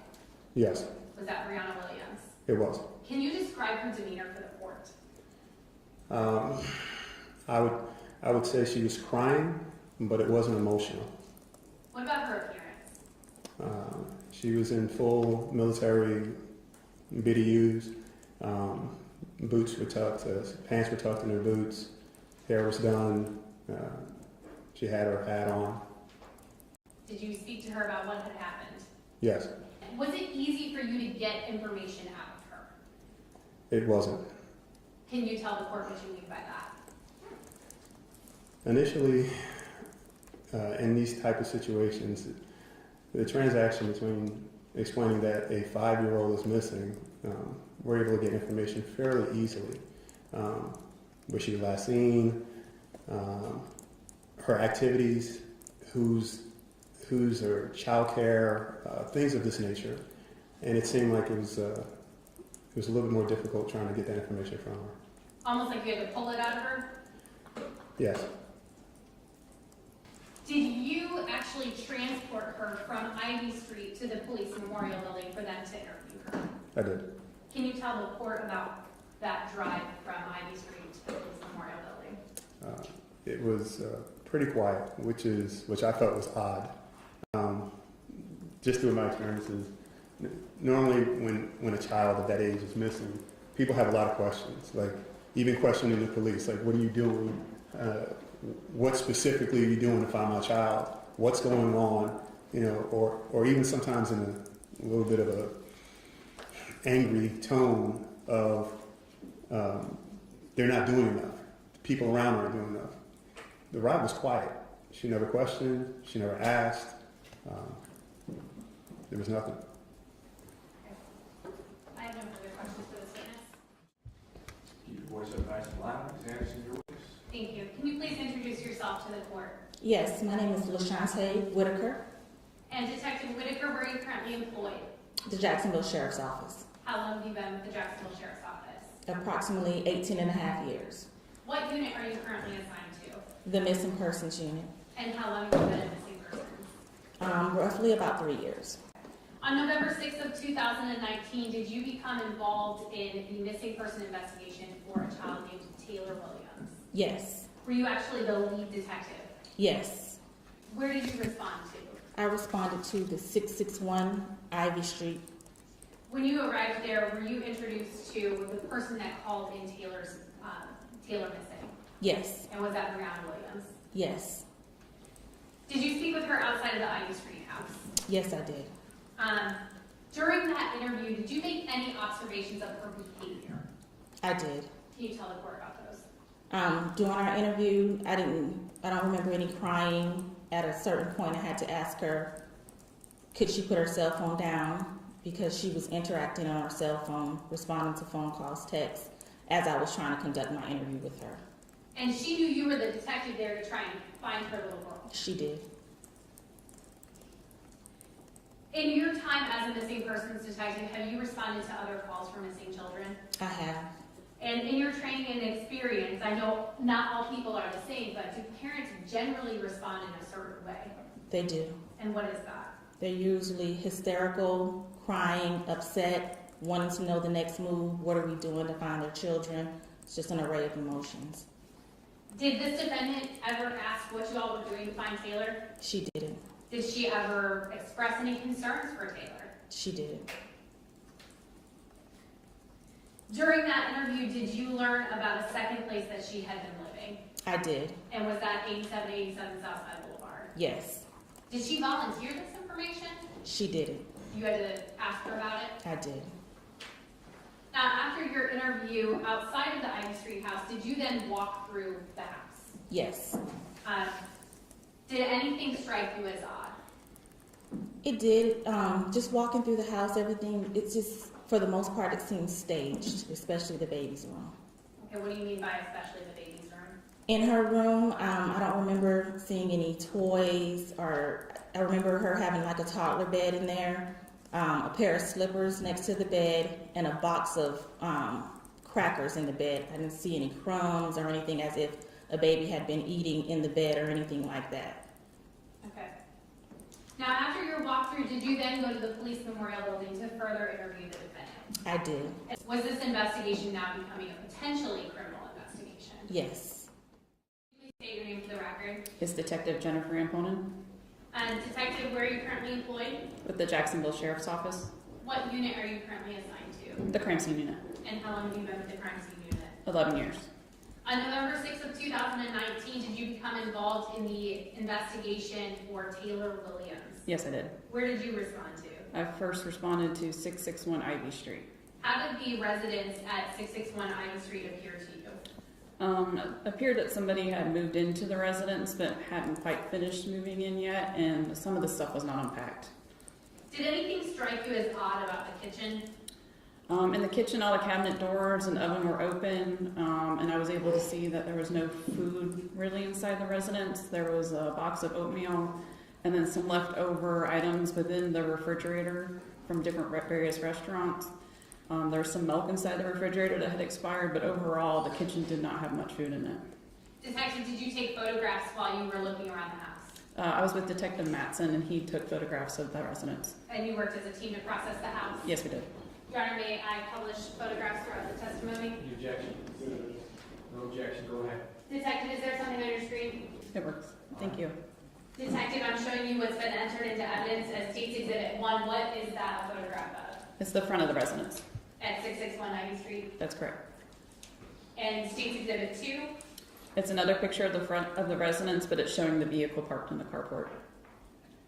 State's 3? It's the front door of the residence. State's 4? I believe it's the living room area of the residence. And we have some couches that are in the living room? Yes. And we can see boxes? Yes, there's a couple boxes. State's 5?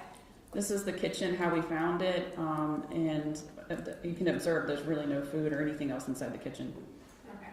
And this is that box of oatmeal off to the left-hand side you spoke about? Yes, it is.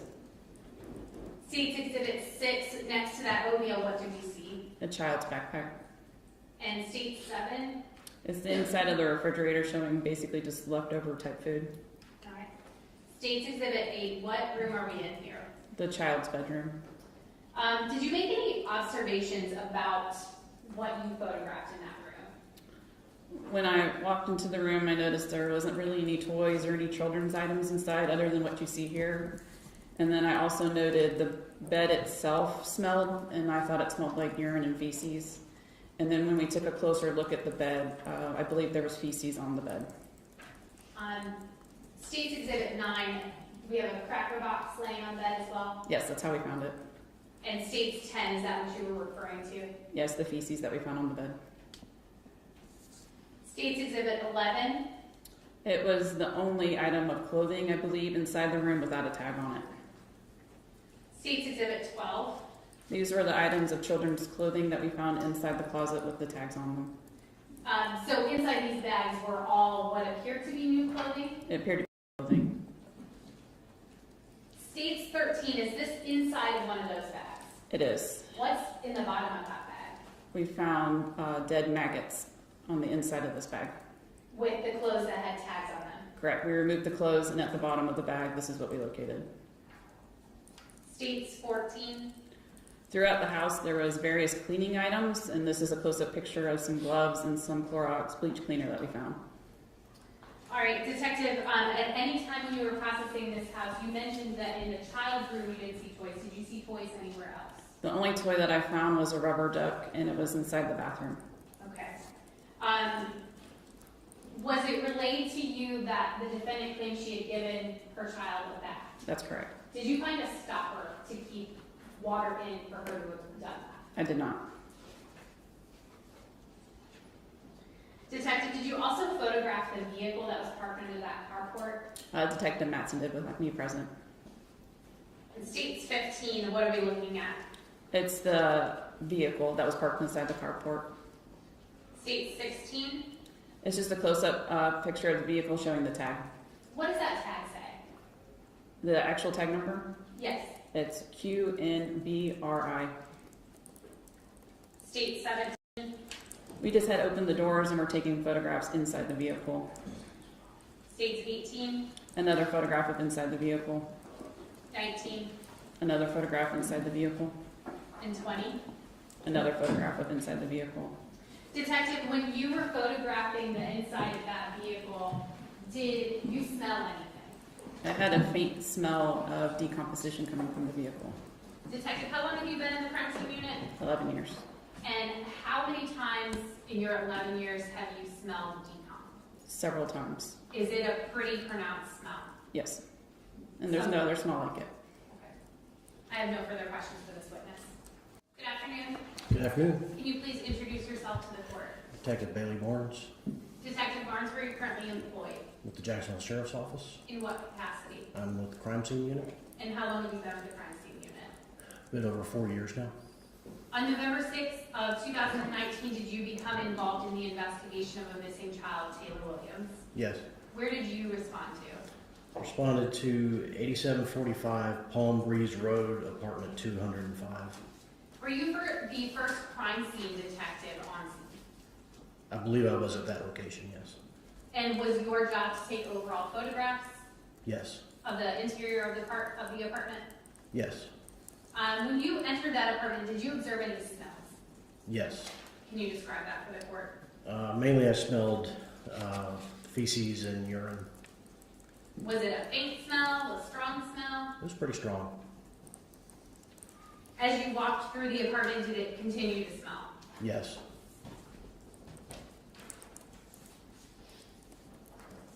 Detective, do you have anything on your screen? Yes. All right, I'm showing you State's Exhibit 30. What are we looking at here? That is the exterior hallway leading to the front door of the apartment. And I'm placing a circle around the door. Is that apartment 205? Yes. State's Exhibit 31, what is this a picture of? That's a side kind of patio door to the same apartment on the front side of the building. Okay. State's 32. That's the front door to the apartment.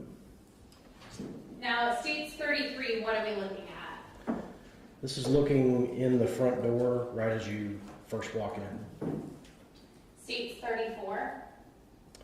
That's a stain on a section of carpet that's just inside the front door. State's 35. That's the padding underneath the same piece of carpet with a stain. Okay. State's 36. This is looking into on the right side, it's the kitchen. On the left side, it's the living room, and then the doorway that you see there goes back into the bedroom. Okay, and I'm placing a circle almost in this, just off the center towards the left-hand side of the photograph. What are those? Pizza boxes. It's a stack of them, right? Yes. State's 37. It's a stack of boxes. I believe that's in the dining room area adjacent. So when you walk in, it's to the right. Yes. State's 38. This is the living room and assorted boxes and bags. Okay. State's 39. Stacked up boxes in the, that's, as you walk in the front door, if you turn directly to the left, that's the corner you would see. Okay. And Detective, I'm going to draw your attention to, there's like a little table here on the right-hand side of the photo, and underneath that table, are those cans of food? They appear to be, yes. Okay. State's 40. That's the kitchen. 41. That's the kitchen pass-through into the living room. State's 42. This is the kitchen again, the stove, and garbage bags. State's 43. The sink area. And it's full of dishes. Yes. State's 44. Is this the inside of the refrigerator? Yes, it is. And State's 45. Also the inside of the refrigerator. I'm placing a circle around a milk jug here. We've got some separation of the milk, right? I'm sorry, I couldn't hear you. Is the milk separated? Yes, it is. Is it expired? I can't read the date from here, but I would think it would be if it's been sitting there long enough to separate like that. Okay. State's 46. It's the freezer. State's 47. This is the living room in front of the fireplace. State's 48. This is going into the one bedroom of the apartment. State's 49. And that's Just inside the bedroom door, kind of angling to the left. States 50. It's the same room, a little bit more to the right. States 51. This is approaching the closet. Detective, I'm placing a circle around the blinds that we can see over here on the left-hand side. Does that lead out to that sliding glass door that we saw over in Yes. earlier photos? Yes, it does. Okay. States 52. That is a pile of feces on the floor of the bedroom just outside of the closet. And states 53. Same thing. And this feces, was it soft or was it hard? It was hard. It looked like it had been there for some time. Okay. I'm backing up to states 52. On the right-hand side of the picture, what is this we see sitting on the table? Cleaning products, some Clorox wipes, some baking soda, paper towels, can of Raid. Okay. And then on the floor here, next to the closet opening, what do we see there? It's a spray bottle of urine stain remover. In states 54, where is this in the apartment? This is just outside of the bedroom closet door, looking into the closet. All right. And I'm placing a circle around a box. What is that a box of? That's another box of baking soda. And there's some significant staining on this carpeting. Yes. States 55. That's another view of the same area of the carpet inside the closet. States 56. These are the shelves inside the closet. I think that's on the left-hand side as you walk in. Okay. Detective Barnes, we can see some adult toys on the shelving, correct? Yes. During the search, was there a significant amount of adult toys uncovered? I believe there was. States 57. This is going into the bathroom, 58. a little further into the bathroom. And 59. It's the bathtub. All right, detective. Did you also go to the Ivy Street house? Yes. Did you make any observations while you were at that house? Just that it seemed, it didn't seem, it didn't appear that a child was living there. It was very spare. The only thing I remember seeing a few random items of children's stuff, but nothing like you'd expect when a child was living in a house. Okay. I have no further questions for this witness. Could you please introduce yourself to the court? Detective Chad Rurick, Where are you currently employed? Jacksonville Sheriff's Office, In what capacity? crime scene detective, And how long have you been a crime scene detective? 4 years. In November of 2019, did you become involved in the investigation of a missing child, Taylor Williams? Yes. Where did you respond to? Respond to 8787 Southside Boulevard, the apartment number 205. Were you the second round of evidence technicians to come to the apartment? Yes. And was your role to take pictures of specific items and swab whatever needed to be swabbed? That is correct. Were you working alone or with another detective? I was working with Detective Wilson. And Detective Rory, were there multiple evidence technicians involved in this case? There are many crime scene detectives involved in this case, correct? And you all worked together as a team? Yes.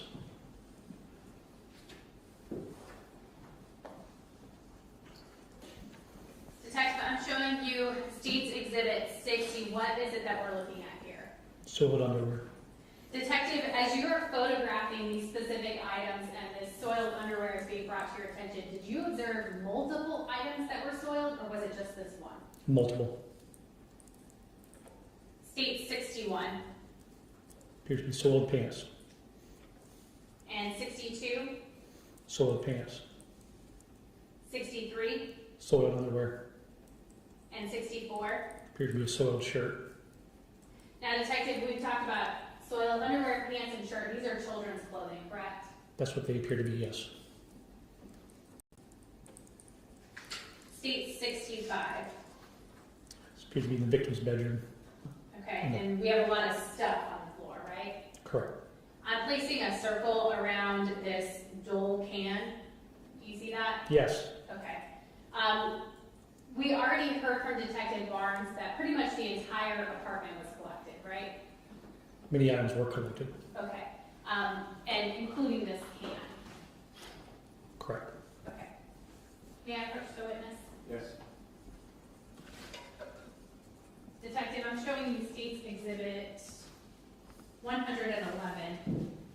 Is that a dole can similar to what we see in the picture? Yes, it is. And can you just describe what we see going on with the top of it? The top of the can appears like a pry open. And it's just a small section? That's correct. Okay.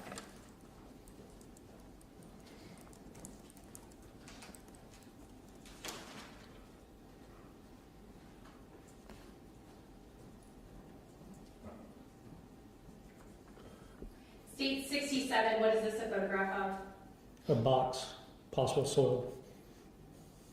And State 68, It's a bedroom with Clorox wipes on a table and baking soda.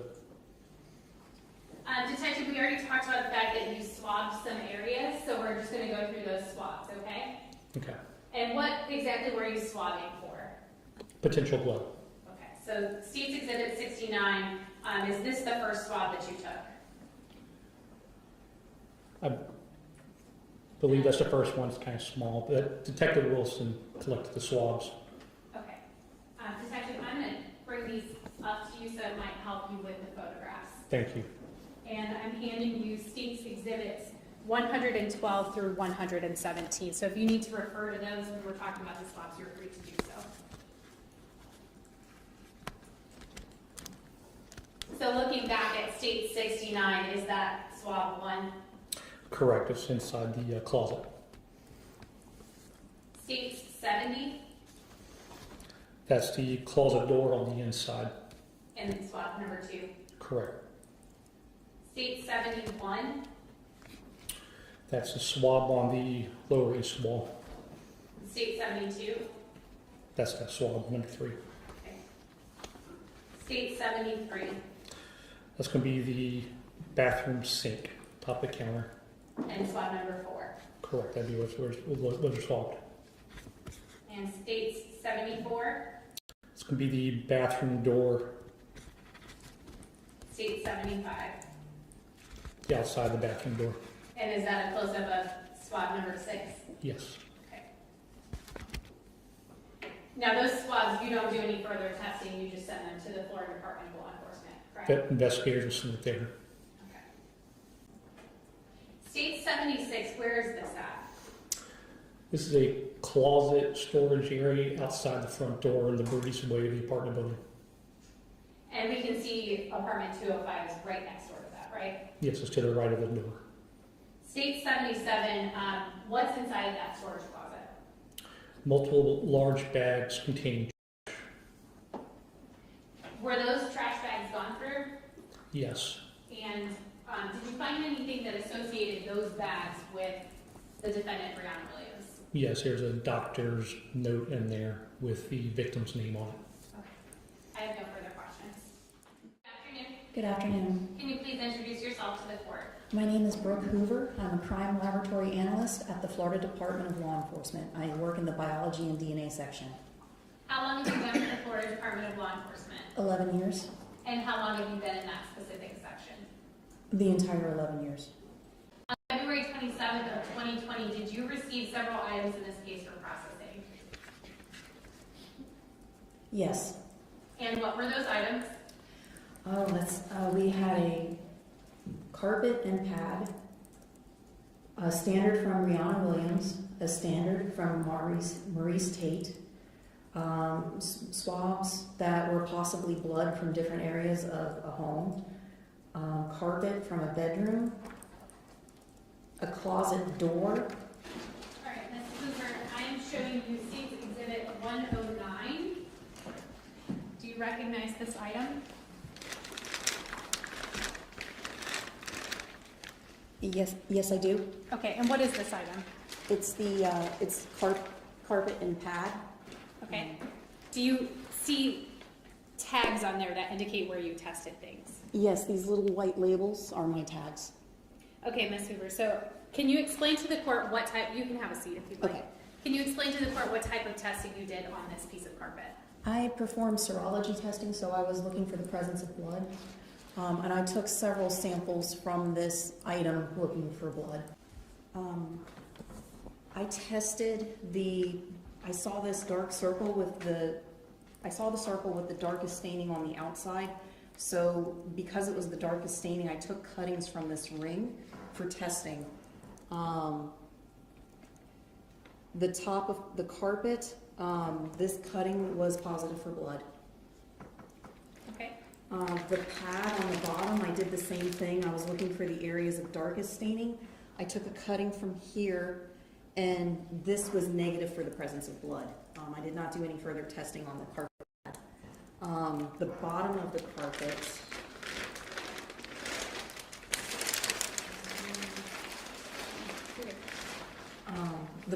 the carpet, there was also a dark ring. I took a cutting from this area, and it was negative for blood.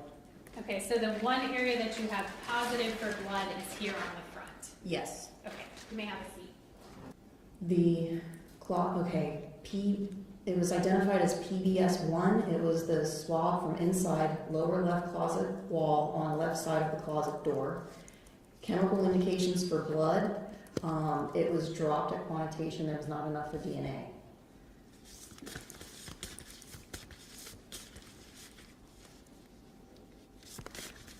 Swab from lower corner of east wall inside bedroom. It was identified as PBS3. Same results, positive indications for blood. It was dropped at quantitation for DNA.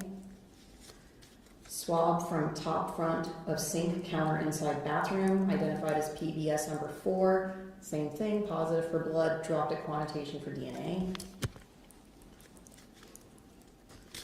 Item 9, swab from outside corner of bathroom door inside bedroom. It was identified by the agency as PBS6. And I'm sorry I used the word item 9, that was an FDLE number. I'm sorry about that. Also positive for blood, dropped at quantitation for DNA. Item identified as PBS2, swab from inside bedroom, closet door, below knob. Chemical indications for the presence of blood. It did go forward for DNA, but there were no DNA results obtained from the item. And the last one was identified as PBS number 5, swab from inside bedroom doorknob. Did not give chemical indications for the presence of blood. Okay, thank you. As it relates to PBS2, which is item 5, you said that it went forward, but there was no DNA results. What does that mean? It means at quantitation it indicated that we may get some DNA results. Although it was low level, it was worth trying to amplify to see if we obtained any results. We did not. Okay. The final item that you processed is a closet door. Is that correct? Yes. And that is State's Exhibit 110. I'll show you the bag first to make sure you recognize this item. Yes. Okay. And Ms. Hoover, did you make markings on this door as you were doing your testing? Yes, I was. I'm just going to slide it over here and I'm going to ask if you'll step down so that I'm not carrying the door through the courtroom. Can you explain to the court how you went about testing this item? I was looking for staining of interest. It's got what I noted as drips down the entire door, and there's brownish stain throughout. I noticed some reddish brown staining by a doorknob. I tested that, it was negative for blood. I also did not know which was the inside and which was the outside, so I labeled the side A and side B. I found these little specks along the top edge and along the bottom edge, and I used the marker to indicate where I found it. That gave chemical indications for the presence of blood, and I took samples from the top and from the bottom for DNA testing from this side.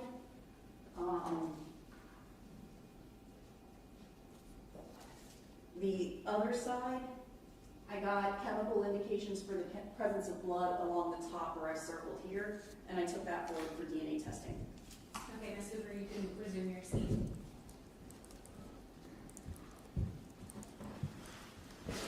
When you took those forward for DNA testing, what were your results? Side A, area 1. Okay, so that was the other side of the door at the top. I got a partial DNA profile consistent with a female individual. That DNA profile matched the DNA profile from Taylor Williams. The observed DNA profile is approximately 31 billion times more likely to occur if the sample originated from Taylor Williams than from an unrelated individual. The other side, area 2, which was the bottom of the door, I obtained a complete DNA profile consistent with a female. That matched the DNA profile from Taylor Williams. The observed DNA profile is greater than 700 billion times more likely to occur if the sample originated from Taylor Williams than from an unrelated individual. Good afternoon. Good afternoon. Can you please introduce yourself to the court? I am Pauletta Sweeney. Ms. Sweeney, do you live here in Jacksonville? I do. How long have you lived in Jacksonville? For 55 years. And are you currently employed as a legal assistant? I am. For how long? 10 years. In April of 2019, were you living in an apartment complex called Paradise Island? I was. And that's located at 8787 Southside Boulevard? Yes. And who were you living with at the time? Living with Carlos Johnson and my children. While you were living at that apartment complex, did you come to know one of your neighbors, Brianna Williams? Yes. Did she move in after you? Yes. Did you actually meet around the time that she was moving into the apartment? Yes. Did you also meet her daughter, Yes. Taylor? Yes. All right. How would you describe your relationship with Brianna Williams? We would speak and just have maybe what you would consider casual conversation. And this casual conversation, would you be sitting up on your balcony and she'd be in the parking lot, coming home, or going somewhere? Most of the time, yes. All right. Would you ever see her with Taylor when she was coming home from work? Yes. Would you also speak to Taylor? Yes. How did Taylor seem to you? She seemed like an average, ordinary little girl, you know, nothing different or odd. She seemed happy, average little ordinary girl. Okay. What about her relationship with Brianna Williams? Did you make any just observations? I just observed maybe that she kept her close. I mean, she always held her hand, but moms do that. We tend to kind of, you know, when kids are safe, like when she got out of the car, she held her, but she kind of kept her close all the way to the apartment. Usually when, you know, you get your kids in a safe space, you kind of, you know, let their hand go, let them run, you know, they run to the apartment or run to the car, what it is that you're doing. But she kind of kept her close, but, you know, nothing odd. Okay. When you didn't see Taylor with the defendant, would you ask about Taylor? Absolutely. And at any point, did you ever see the defendant with any other individuals, men, friends, anything like that? I've never seen her with anyone else. Now, around April, did you notice a change in how often you would see Taylor with the defendant? Yes. Wouldn't see her. You would not see her. Right. So the defendant would come home from work and you would not see Taylor with her? No.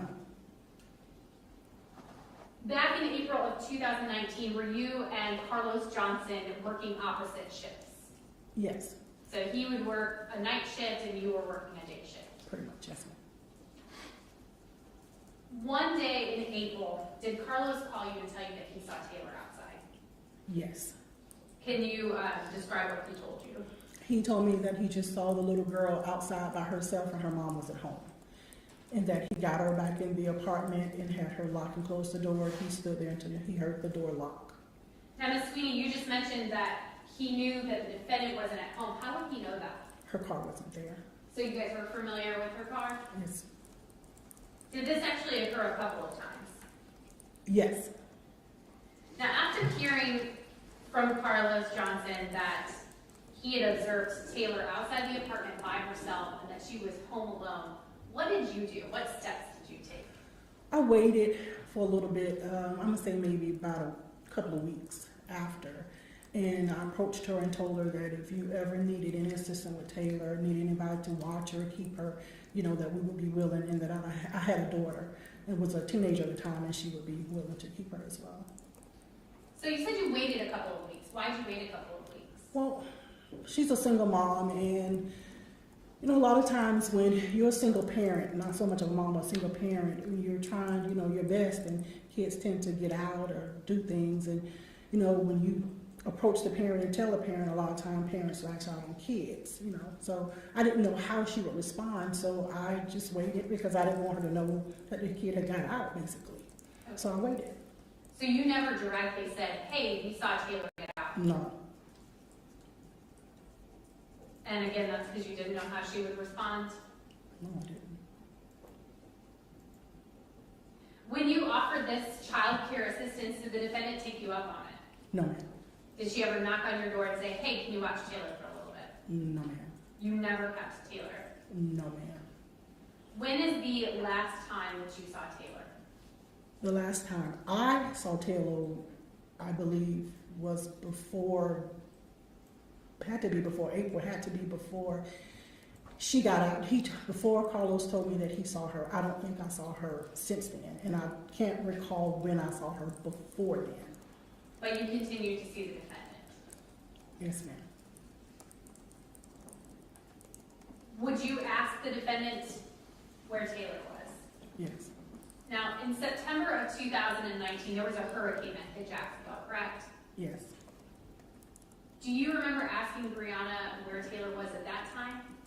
Yes. And what did she tell you? She said she was in Alabama. Now, Ms. Sweeney, your apartment was upstairs, right? Second floor. The stairs that you would take to come down to the parking lot, do those go close to where Brianna Williams' apartment was? Yes, ma'am. At your complex, does each unit have a storage closet? Yes. And are you familiar with where that storage closet was for the defendant's apartment? Yes. Is that right next to the stairs? Yes. At some point when you would come down the stairs, did you start to smell something strange? Yes. Can you describe that smell for the court? It's not anything I've ever smelled before. I'm gonna say maybe like a rotting kind of smell. You know, it just smells bad to the point I was like, what is that? And I would ask him, you know, what is that smell? And he kind of thought it was the water from the retention pond. But my thought was this: if it was the water from the retention pond, why did we not smell it the entire time? Because, like I said, we moved there first. And I don't remember smelling it then. And then even when they moved in, I didn't smell it. It was like all of a sudden you started smelling something. I'm like, what is that? But Okay. And in April or May, was there a strange noise that happened that caught your attention? You told Mr. Johnson about it. It was one evening we were sitting out on the patio, and I could hear a crying. And it was a kid crying.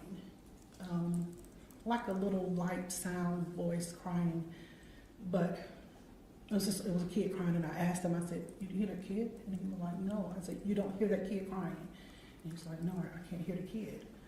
Well, I didn't hear it. I went in the house, didn't hear the kid anymore, and had heard the kid cry since. Now, underneath me, we had kids, but there wasn't the same tone that we were used to hearing. It was different. Okay. And this was, you never saw Taylor after this crime? I don't know. Ms. Sweeney, in November of 2019, were you scrolling through your phone on the news and saw your stairwell? Right. Mm-hmm. And on that same news article, did you recognize a vehicle that they were showing? Yes. And whose car was it? Brianna Williams.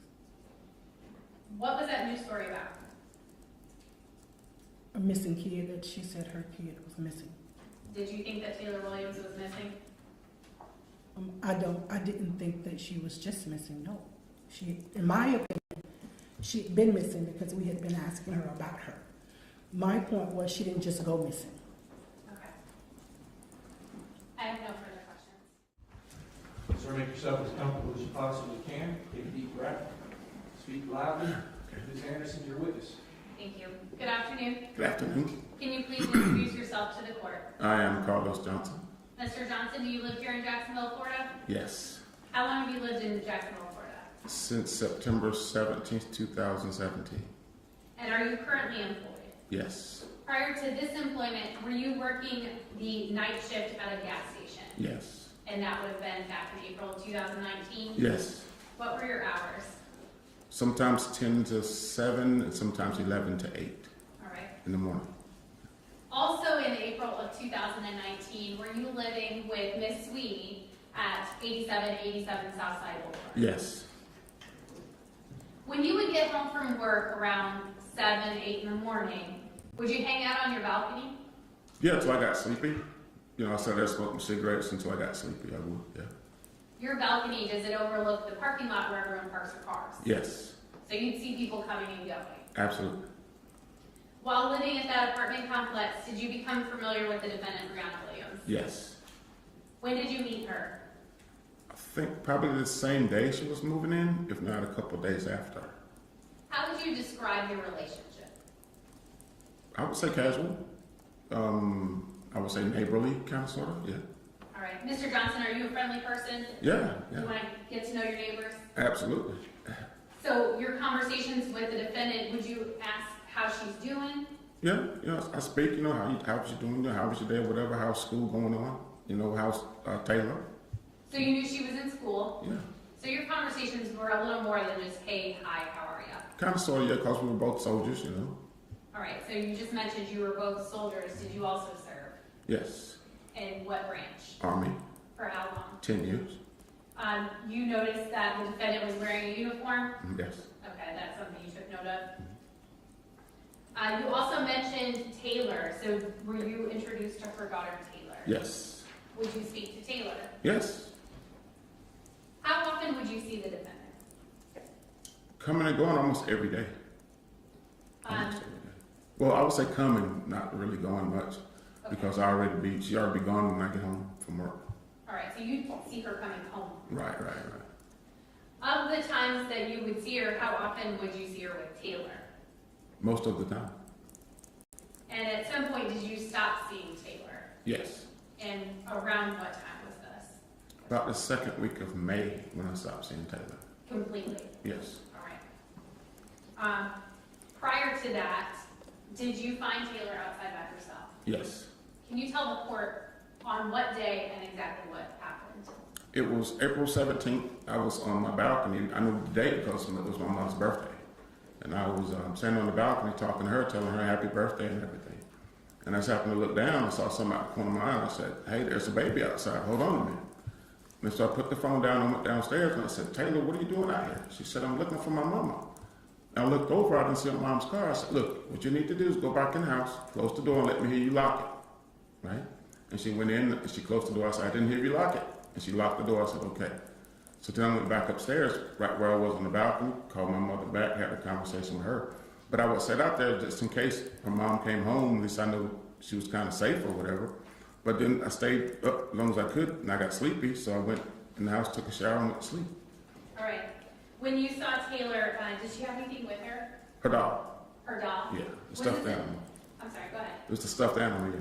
Was this a doll you had seen her with before? All the time. Where would you see her with this doll?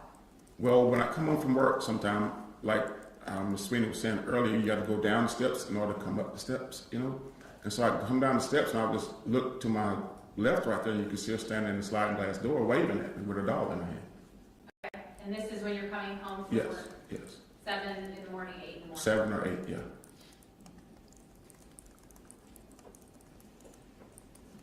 On April 17th, after you saw Taylor outside, did you see Brianna Williams come home from work? Later that evening, Okay. Do you remember about what time it was? 6:30, 7? Did you say anything to her about seeing Taylor outside of the apartment? No. Why not? I've seen that before, not just with her, you know, and I didn't really think nothing of it because there was no red flags or anything. You know, I just knew that she was outside and I didn't want to tell her because I didn't know, leaving a child at home is not a good thing and I didn't know what she would do if I told her that. And I said, well, maybe in a later opportunity I can talk to her about it probably. You know, I wasn't sure I was going to talk to Miss Sweeney first about it, you know. So you said that you didn't have any safety concerns. When you took Taylor back to the apartment, told her to go inside, was the door kind of cracked open? Yes. And could you see into the apartment? Yes. What did you see in the apartment? I saw clutter behind the door, stacked like kind of way up, you know. The only concern with that, like if she grabbed something, something would fall on her or something like that. But other than that, no. That's as far as I ever saw in the apartment. Okay. You also mentioned that you were going to talk to Miss Sweeney about what she saw. Did you talk to her? Yes. And did Miss Sweeney say she was going to offer to watch Taylor? Yes. Do you know if she made that offer to the defendant? Yes, I was right beside her when she made the offer. And did the defendant ever take Miss Sweeney up on that offer? Never. Never knocked on your door and said, hey, can you watch Taylor? Not a once. So after this April 17th incident, did you see Taylor outside by herself again? Yes. How many more occasions? 2 more. And was this over the course of a couple of weeks? Yes. Every time, did you have that same interaction with Taylor? We did the same thing. It was like a routine kind of thing. You know, she knew what to do when I came down there. I said, hey, you know, you got to go inside. She goes in and lock the door. You know. Was Taylor still hugging that dolly? Yes, all the time. And was she every time saying she was looking for her mom? Right. Every time did you look to see if mom's car was in the parking lot? Well, when I see her down there, I just look up and look for the car. It's just like looking down and I look up for the car. It's natural movement, yeah. And every time did you see her car or No, was it gone? it was always gone.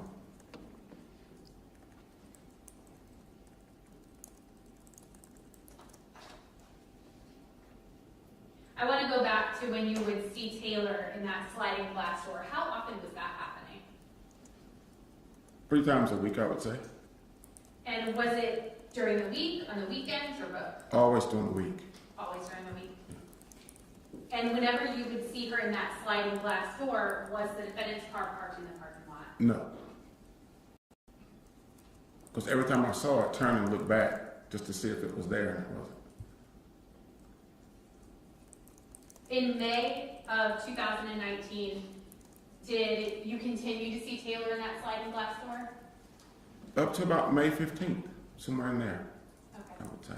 And after that, did you ever see Taylor in that sliding glass door again? No. Did you ever see Taylor outside again? No. Did you ever see Taylor with Brianna Williams again? No. Was there a time that you asked Brianna where Taylor was? Yes. What did she tell you? She said she was with Brianna's parents or Taylor's grandparents. That's how I... In Alabama? Yes, in Alabama. Was that for the summer that she told you? Yes, for the summer, actually, yes. Okay. I have no further questions for this witness. Good afternoon. Afternoon. Can you please introduce yourself to the court? I'm Detective David Ostertag. That's spelled O-S-T-E-R-T-A-G. Detective, where are you currently employed? With the Jacksonville Sheriff's Office. In what unit? I'm in the Computer Forensic Investigations Unit. How long have you been assigned to that unit? I've been assigned to that unit for approximately 4.5 years. What are your duties as a detective in that unit? In our unit, I am tasked with processing, identifying, cataloging, isolating, and toward any sort of digital evidence, and that would be computers, cell phones, social media accounts, anything basically that stores electronic data. I want to first start with the Sony laptop that you would have received. Did you also find pictures on the computer? Yes, I did. What were those pictures primarily of? They were primarily of the defendant. What about Taylor Williams? There were no photos on this computer of Taylor Williams. Moving next to the Toshiba laptop, was that also imaged and then examined? Yes, it was.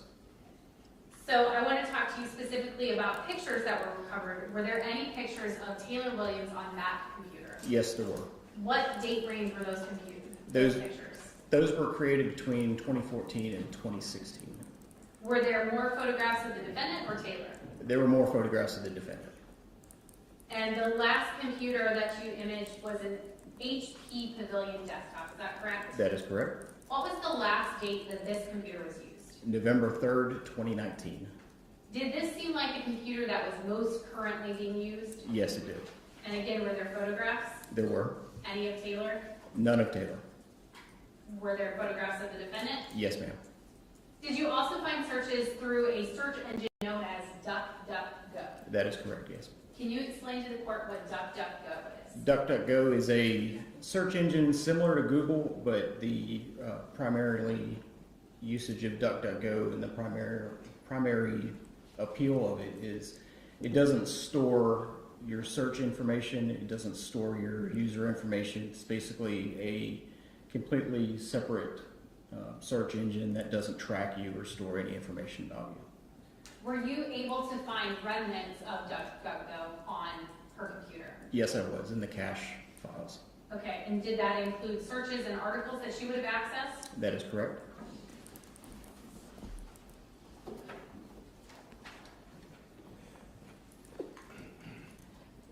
Detective, we can see that there are Yahoo links, and then there is also that DuckDuckGo that you just referenced. Yes, ma'am, that's correct. And what is the search on DuckDuckGo? The search on DuckDuckGo is what is refeeding syndrome. And that was searched on what date? That was searched on September 12th, 2019. And is there an article that was accessed? It's the next one. Yes, the article from the NIH for refeeding syndrome. Okay. Also on 9/12/2019, are there two other articles that this defendant accessed? Yes, there are. Can you just read the titles of those for me, please? Ohio cheerleader found not guilty of murdering her newborn baby, and Wichita toddler ingested enough methadone to kill adult. The next page of that same exhibit, again, we're talking about some searches at the top that are from 9/12/2019. Can you read those titles for me too? Yes, ma'am. The title is Severely Malnourished Boy, 13, Escapes Home After Being Forced on Vegan Diet. Parents Charged. The next one is Court Denies Custody for Florida Couple Who Stopped 4-year-old Son's Chemotherapy. Okay.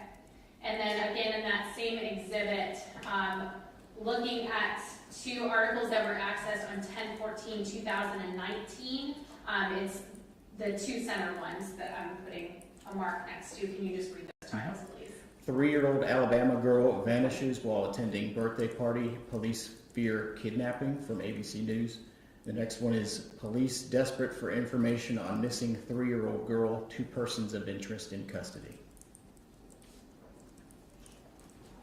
Detective, aside from those searches of note, was there anything else that stuck out to you in looking at the images of these computers? It wasn't so much of anything that was present on the computer, it was more of what was not present, and that was information relating to Taylor Williams in any form, whether that be photographs, documents, or anything related to her at all. Okay. I have no further questions for this witness. Good afternoon. Good afternoon. Can you please introduce yourself to the court? Jason Roberts, Where are you currently employed? the Alabama Law Enforcement Agency, And what is your title? captain, All right. Captain Roberts, how long have you been with that agency? 15, going on 16 years. In November of 2019, did you become involved in an investigation that started here in Jacksonville? I did. And was that the search for Taylor Williams? It was.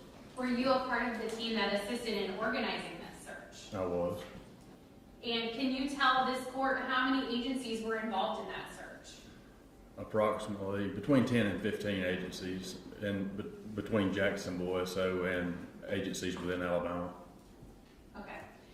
So Captain Roberts, were you receiving, you and the rest of the individuals involved in this, were you receiving information from Jacksonville about cell site data to drive where you were searching? We were working alongside with them, or they were providing information that was coming from their investigation here, and we were helping follow up on stuff in the state of Alabama. Okay.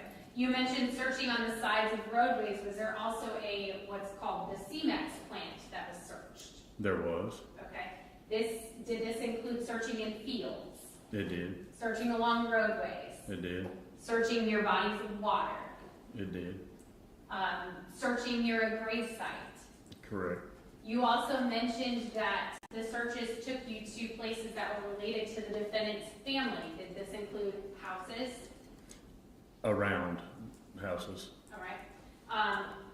there was talking to family members, right? Correct. There was a graveyard that was searched, Correct. and that's where the defendant's grandmother was buried. That's correct. These searches started in the early morning and went to late into the night. That's correct. On the evening of November 11th, 2019, were you conducting a search in a specific area? We were. And was that information driven by vehicle data that you all had received? That's correct. It was information that had been relayed to us through Jacksonville SO from infotainment download of the defendant's vehicle. So that data was used to narrow the scope of where you all were searching. It was. Where was this area located? Alabama State Highway 28 and County Road 44, which locally is known as Landfill Road. Landfill Road. Why is it called Landfill Road? It's just what they call it. Literally and figuratively, it's a bunch of people go out there and illegally dump. But there used to be, years ago, a landfill out that road. All right. Illegally dumped trash? Correct.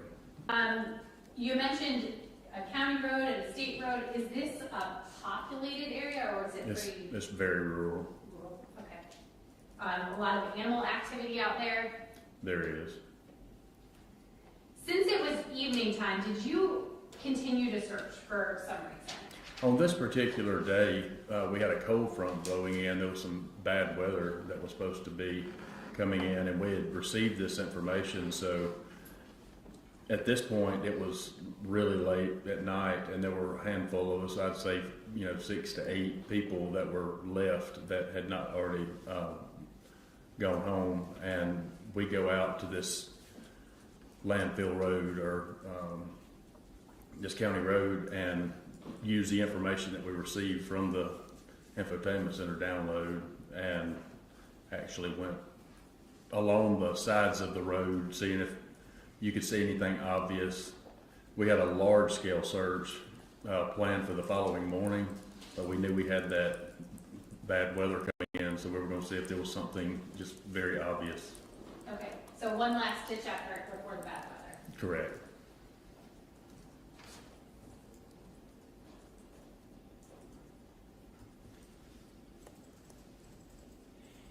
Captain Roberts, I'm going to show you some photographs.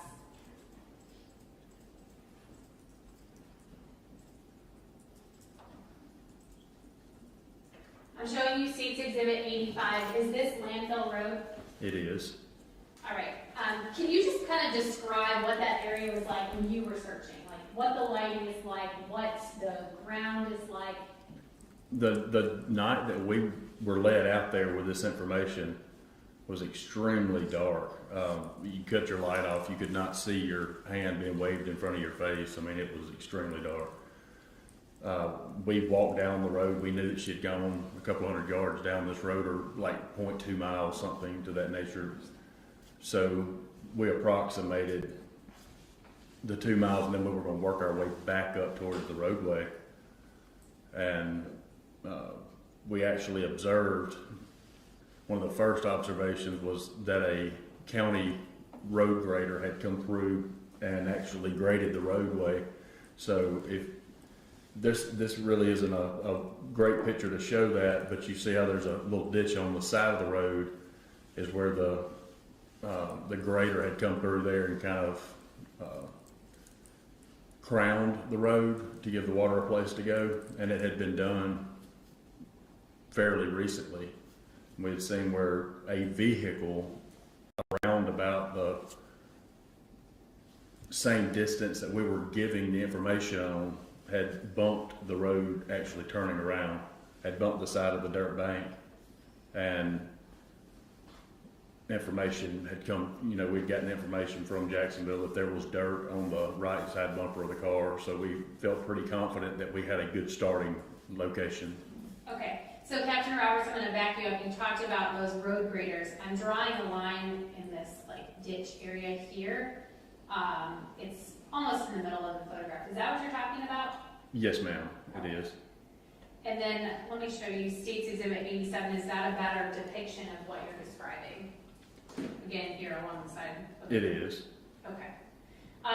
Looking at State's Exhibit 87, was there anything else that you noticed about the area that played into how you went about searching, specifically these trees here? Yeah, if you'll look at actually this picture that you got up now, one of the observations was there were like big ruts on the side of the road, so it was kind of obvious by looking at the limbs and the freshly cut branches on the trees that the power company had cut the easement within weeks or months. I mean, it hadn't been too terribly long, because you could see ruts in the side of the road inside the dirt. In fact, if you look right by the tent is some of the ruts. You can actually place a mark on your screen with your finger. Right in here. Okay. And for the record, you placed a line near the blue tent closest in the photo. Is that accurate? It is. Okay. Captain Roberts, given that there were these large grates in the road, how did you go about searching? Well, we were actually inside the wood line moving along, and we had already kind of said, all right, let's see if we can find anything obvious. And, we had photographed the place in the wall that we thought the vehicle had made contact with the dirt, and we started coming back, and we were all walking along searching, and it just dawned on me once I realized that the easement had been cut and we had those deep tracks that I really needed to slow down, and a grocery style, like a plastic grocery style bag had caught my eye. So I stopped and I was looking at that with a flashlight, and just very briefly the smell of decomposition hit me. And once you smell decomposition, you know exactly what it is. Well, it's not like it was constant. I could not continue to pick it up. It was just like a whiff that came past my nose, and I was trying my best to pick it back up, and I was unable to at that second. So I actually got down on my hands and knees trying to see if it was coming out, if something had been pushed down into these ruts. And the original garbage bag had caught my eye, and I actually pulled it up and smelled it. It was not that. So I started concentrating around that area, and when I went right into the woods, just being somewhere along this area where the guy under the tent is located is where I shined the flashlight into the wood line, and I didn't know if it was a trash bag or what, something had caught my eye that was a little further in there. Okay, Captain Roberts, let me stop you and I'm going to show you a photograph. Seats 91, is that what caught your eye? That's exactly what I saw. Okay. So once you saw that, did you continue to search? I did, but I did not. I mean, like I said, you're talking about Landfill Road. It's very grown up. There's a lot of trees, a lot of planted pines. It wasn't just easy to push in that, and you didn't want to go really fast, and there was trash all over the side of the road, so it didn't really stand out, but it had caught my eye. It was worthy of a second look. Okay. So I go to step in the woods, and the whiff of decomp passes me again. So I freeze where I'm at, and I try to pick it up again, don't pick it up again. I start shining around, and I see what I perceived as animal bones. They were so small, and it hit me again, the decomp. At that point, I knew I was fairly close to decomposition, so I called the investigators that were out there searching. I called them to me, and I wanted them to look at this little rib bone. I knew it was a rib bone, but I really didn't, at this point, perceive it as a child rib bone. Sure. Captain Roberts, I'm showing you States 92. Do you see what had caught your eye? I do. Well, I mean, I don't know exactly which one it was, but it was certainly one of those rib bones. And it was so small. I guess I hadn't wrapped my mind around how small it would be being a 5-year-old.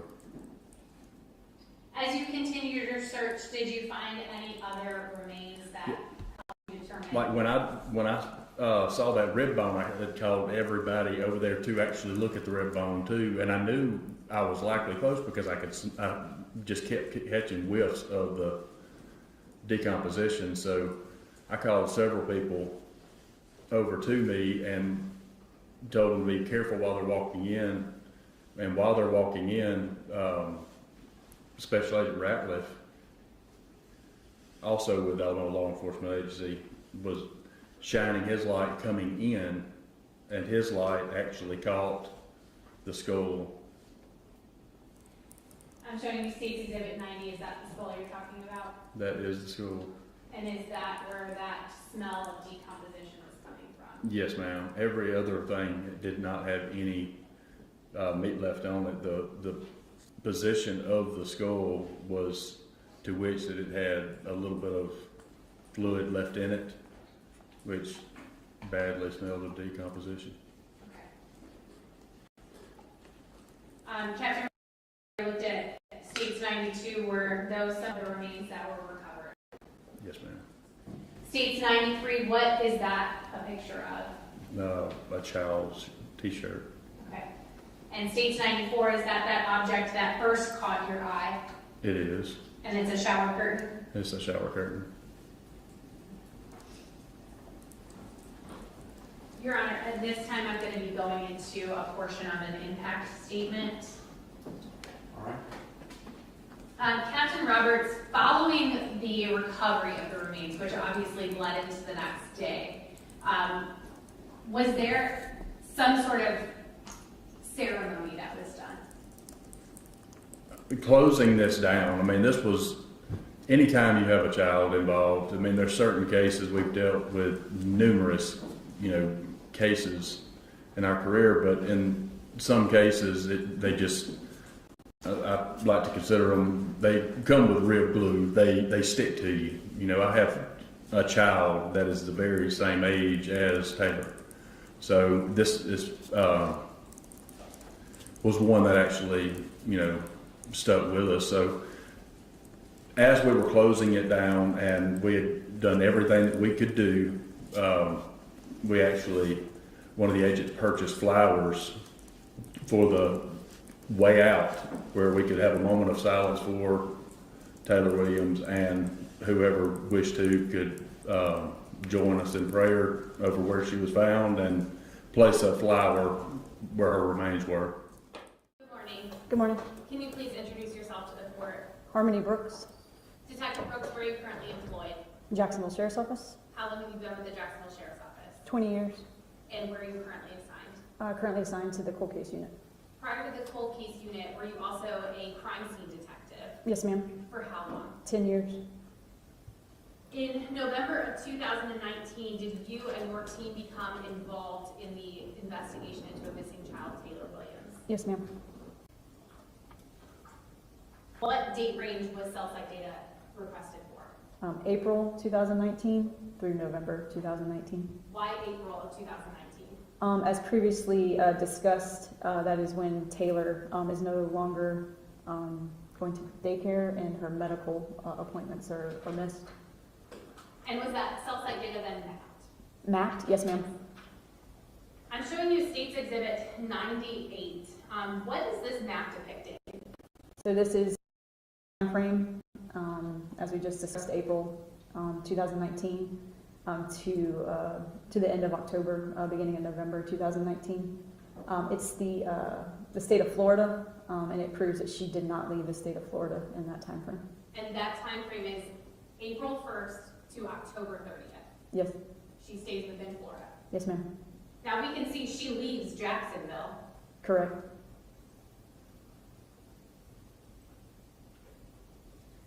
I'm showing you the next map, which is States 99. What is this map depicting? So this is, there were 3 trips total to Alabama in 3 days, beginning October 31st. This is the first trip. Okay. So she travels from Jacksonville, Florida, through Georgia, into Alabama and back. Yes, ma'am. And that trip starts at 7:10 a.m. and ends at 12:28 a.m. Yes, ma'am. I'm showing you State's Exhibit 100. What is this depicting? This is trip 2, beginning November 1st and ending November 2nd. It's leaving Jacksonville. And again, on this trip, going west through Jacksonville first, then up through Atlanta and back to Jacksonville. Okay. And then the final trip, which is State's Exhibit 101. What is this depicting? This is the 3rd trip, November 2nd through November 3rd. Okay. And again, she's traveling from Jacksonville, Florida, and we can see that she goes to Demopolis at this point and then back to Jacksonville, Florida. Yes, ma'am. Detective, was this cell site data used to kind of narrow the scope of the search in Alabama? Yes, ma'am. Was there also what is called a Burla downloaded? Yes, ma'am. All right, and Burla relates to the defendant's vehicle. Correct. And the court has already heard a little bit of testimony about an infotainment center that gets GPS data. Correct. So using that GPS data, were you all able to pinpoint the exact point that she went to Landfill Road? Yes, ma'am. And was that on trip 3? Yes, ma'am.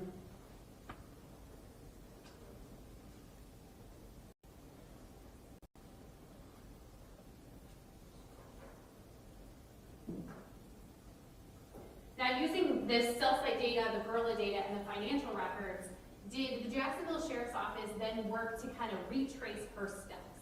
Yes, ma'am. Was surveillance obtained in retracing those steps? It was.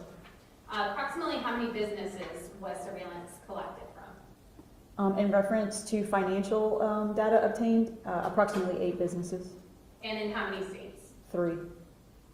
So these surveillance videos range from October 31st to November 3rd, correct? Correct. Yes, ma'am, correct. At any point in these videos, do we see Taylor Williams? We do not. At any point in these videos, do we see the defendant doing anything that would indicate that she is with a child? No, ma'am, she appears solo. Okay, can you explain that a little bit further to the court? On the majority of them, she is just getting out and getting gas. There's no to open any other car doors, to let a 5-year-old out to walk, use the restroom, eat, nothing along those lines. It's just a defendant. Okay. The court has already heard testimony from Captain Roberts about a clay embankment that was hit by the vehicle. Was that information relayed back to y'all? Yes, ma'am. And did you go back to Breonna Williams' car to see if there was any evidence of her hitting that embankment? Yes, ma'am. Detective, I'm going to show you Exhibit 27. What are we looking at here? This is the defendant's Honda, the front right quarter panel, and appears to have damage to it. And States 28, is that red dirt up underneath that same side? It is red dirt underneath the wheel well. Yes, ma'am. And States 29? Same. Now, during the investigation, was the defendant's cell phone downloaded? Yes, ma'am. And was that data analyzed as well? It was. To include text messages? Yes, ma'am. Again, trying to piece together a timeline because the information you had, you found to be false. Correct. I want to talk to you about some text messages specifically between this defendant and her mother, Carissa Williams. So this is going to be State's Exhibit 118. These messages begin September 7th of 2019, correct? Yes, ma'am. And they begin with, on line 4, is this a message from Carissa Williams? It is. And she's asking how Taylor is. Correct.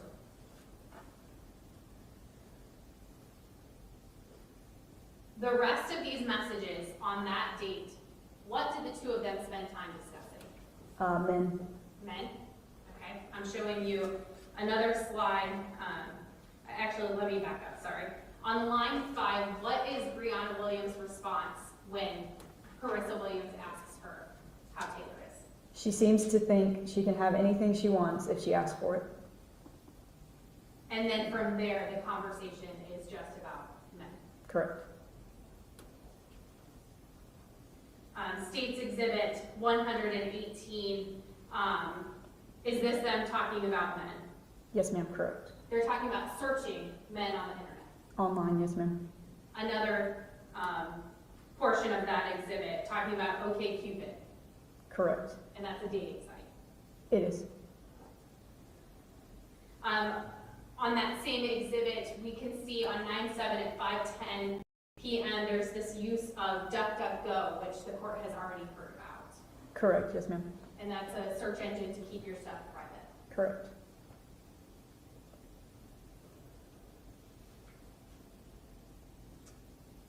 These are more messages between the two of them. And I'm sorry, I misspoke. This is Exhibit 120. I apologize to the court.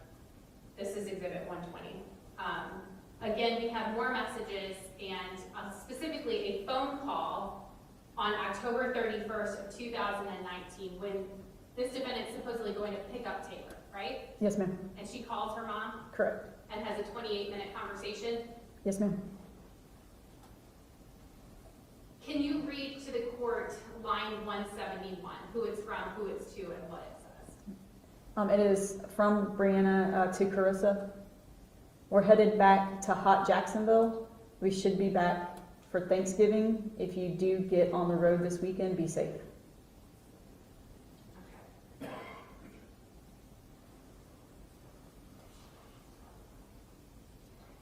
During the investigation, did someone from your team speak directly with Carissa Williams? Carissa Williams, yes, ma'am. Okay. And did she relate to you anything about a conversation, a phone conversation she had with Brianna Williams? Yes, ma'am. What did she say? She explained that Brianna asked her being Carissa, that if the Navy command was to call, Carissa had Taylor.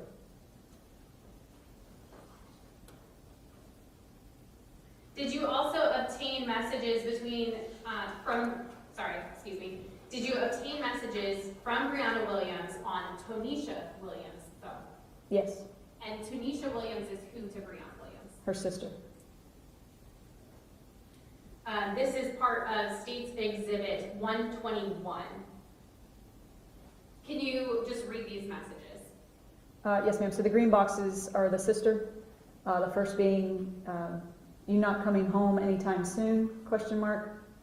The second message being, how have you guys been? How's Tay Bear? The response from Brianna, thinking about it, but every time I've planned, something has come up. And then that continues to the next page. Yes, ma'am. Again, from Brianna, Taylor is a nightmare. I don't know where she's getting this, in quotes, hide food and trash under her bed, end quote, idea from, but it's aggravating. At one point, she had a whole picnic under her bed, bread, chips, turkey, and cheese. Do the messages go on to say that this is just a phase, telling Brianna not to worry? That was the sister's response, yes, this was a phase. Okay. And that conversation continues. I want you to specifically read this message I'm circling here on 6:25 at 9:02 a.m. Yes, ma'am. Brianna responding, and here I am trying to be nice. I stop and get us breakfast. She's opening my cases of bottled water in the back seat while I'm driving to the park. I am at a loss. Now, Detective, this message is important because what else happens on 6/25/2019? That's the day that the apartment complex went to her apartment and took the photographs for their spot inspection, if you will.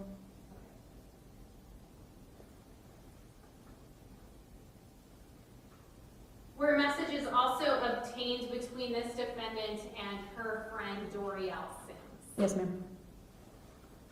And this is State's Exhibit 123.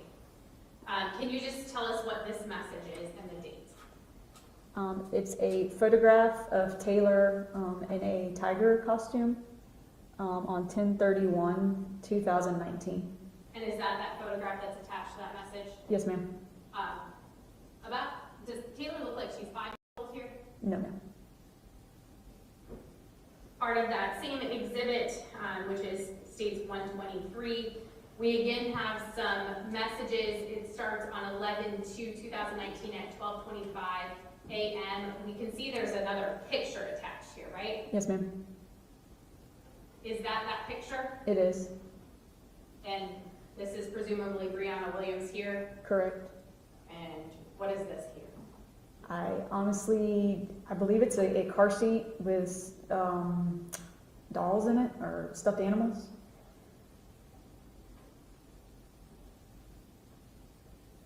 So Dorielle Sims responds to that with, where are y'all going? What does Brianna Williams say? All over, LOL, you know she loves to ride. And Dorielle Sims responds with, but you won't come here. Correct.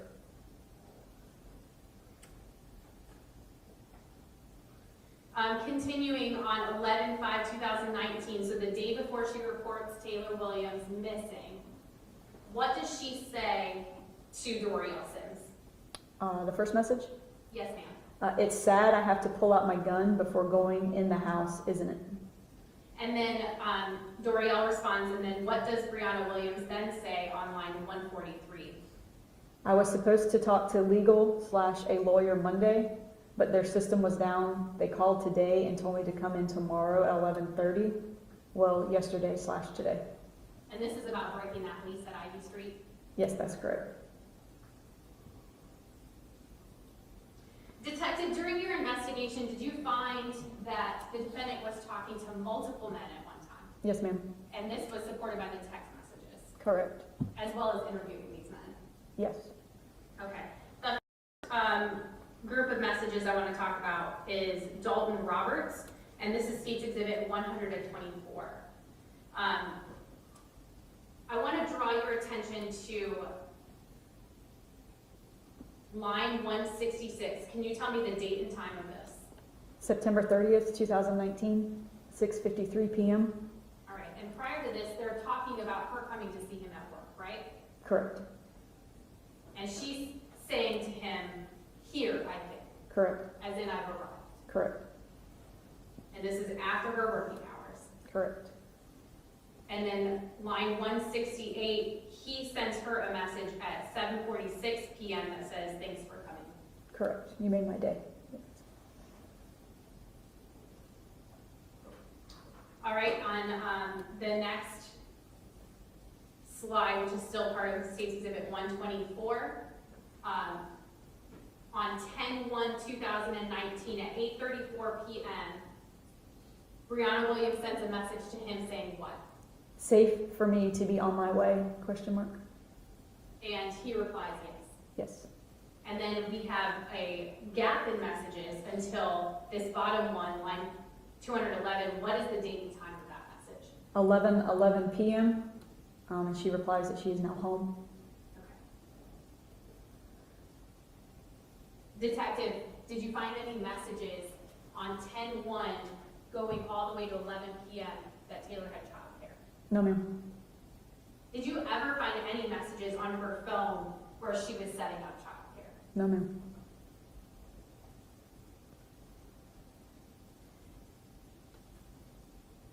On 10/5, again, a message between she and Dalton Roberts, State's Exhibit 124. What does this message say? You're making this hard. I have to know dates so I can make arrangements for Taylor. Okay, and again, detective, did you find anywhere in her phone where she's making arrangements for Taylor? No, ma'am. And this date is 10/5. Correct. Detective, in those messages on 11/2/2019, do you see where she's talking about the damage to her car? She is. Okay. Does she actually send a picture? Yes, ma'am. Okay. Is that her car with the damage? It is. And she's communicating that to Dalton Roberts. Correct. And we can actually see on the tire here, it looks like red dirt. Correct. Consistent with landfill road. Yes, ma'am. Detective, there was some testimony yesterday from Detective Ostertag about some computer searches that were done. And I want to talk to you specifically about a couple of those. On here we can see it is the very first article that is clicked on. Did you click on that article? I did. Can you tell us what that article is about? So September 12th, 2019, an Ohio cheerleader found not guilty of murdering her newborn baby.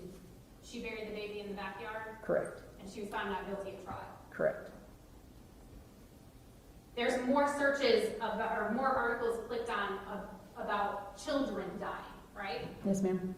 And then there's this search on DuckDuckGo for re-feeding syndrome. Did you go to that website? Yes, ma'am. Can you summarize for the court what that website said? So my understanding is the refeeding syndrome is a form of starvation or fasting that dramatically affects your electrolytes, hormones, and then if you start to put food back into your system, it has to be monitored, or you have too much insulin and it can be fatal. And then on that same exhibit, which is states 119, there's talk of malnourished children. Correct. And on the same exhibit, there's also some articles read about a 3-year-old who went missing in Alabama. Yes. Did that happen around the same time that she reported Taylor missing? I believe, if not in September, October, in Alabama. Detective Dr. Heather Walsh-Haney came out to Alabama to assist in the collection of Taylor Williams' remains, correct? Yes, ma'am. And unfortunately, she can't join us here today. So I want you to assist the court in understanding the exhibit that he received, which is her report. Dr. Walsh-Haney analyzed the bones that were found, correct? Yes, ma'am. And that included specifically 2 things that she found some indication that she could make a find. The dental and then the orbital socket, correct? Correct. Okay, so I'm going to talk to you first about the dental. So we have a picture here. In this report, she talks about linear enamel hypoplasia. Yes, ma'am. And that's something she observed on the teeth. Correct. And that's something she's indicating here in her photograph. Yes, ma'am. All right. And she describes linear enamel hypoplasia as a disruption of enamel formation during growth that has been linked to 3 things. Correct. Disease, trauma, and nutritional deficiencies. okay.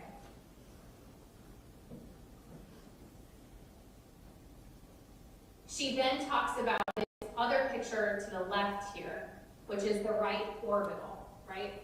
Correct. And she describes that what she observed there is called cribra orbitalia. Yes. And cribra orbitalia also can develop from 3 separate things. What are those? Disease, trauma, and nutritional deficiencies.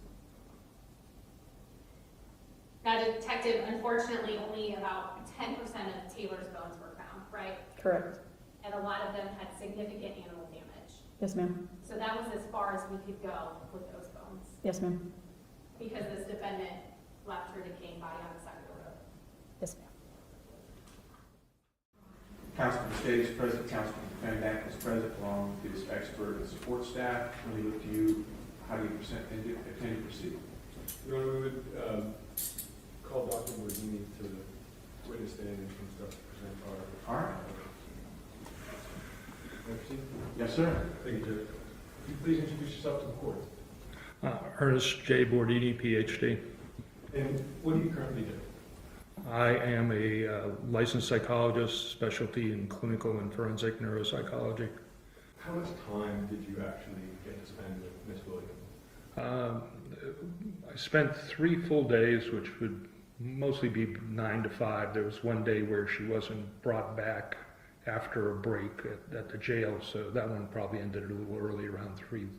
Well, she left at 3:30. We waited until about 4:30 for her to come back and ask the guards a few times, and then anyhow, it didn't work out.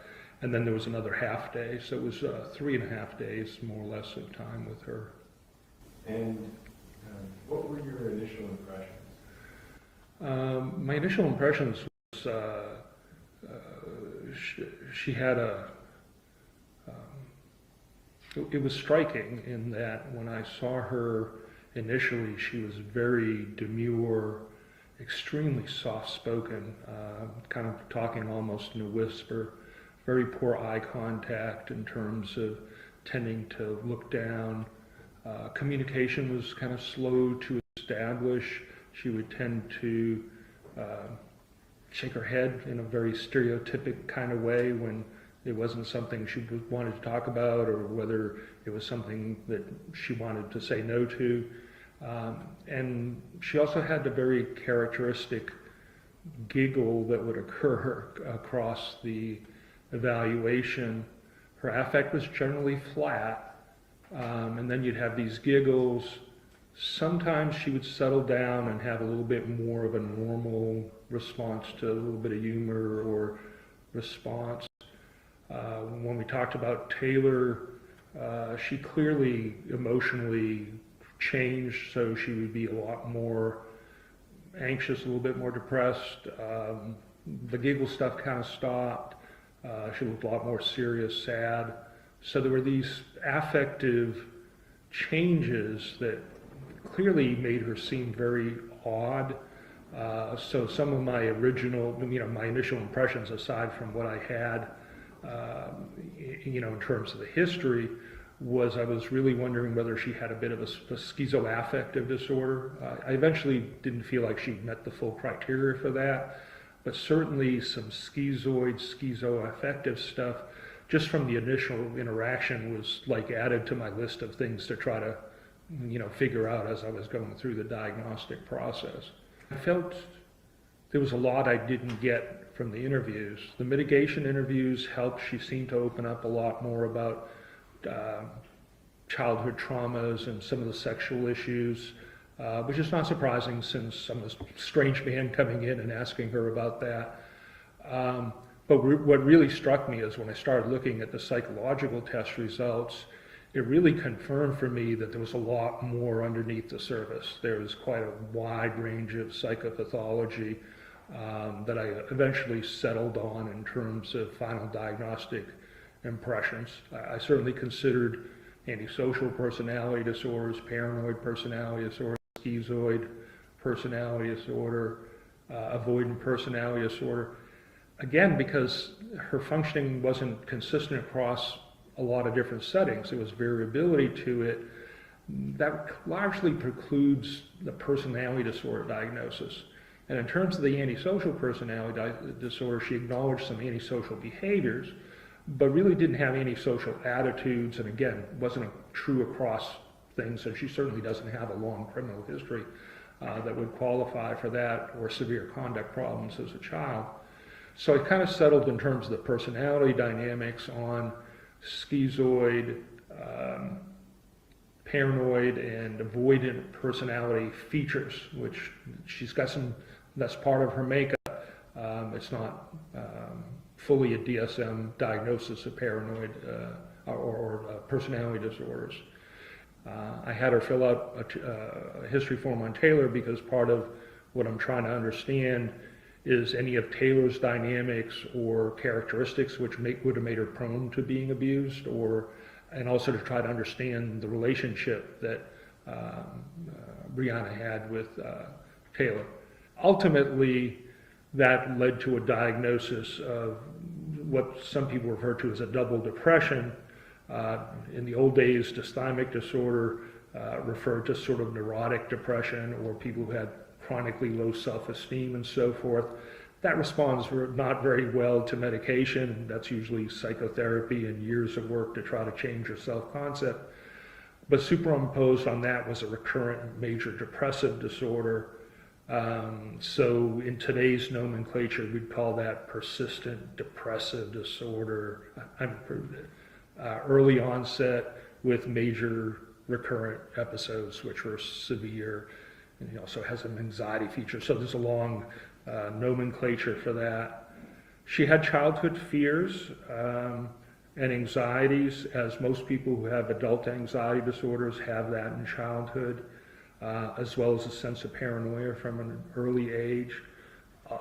Some of that seemed to escalate over time, so I ultimately ended up with a depersonalization and derealization disorder, a social anxiety disorder. She was very self-conscious, always worried about what other people would think, very shy about talking in front of other people, some of that anxiety you could see in the nervous giggles and stuff like that, and her shaking of the heads. It was just has some difficulty when maybe not in role doing some of those things.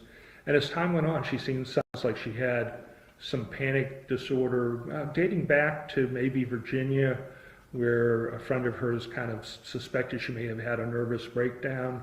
If you could speak to like a lack of insight, I believe that one of the underlying themes that came out was that there's some insight into why she's having firearms or the purpose of tattoos, all of these things that she is doing, but really is unable to articulate to you as to the meaning. Yeah, fair enough.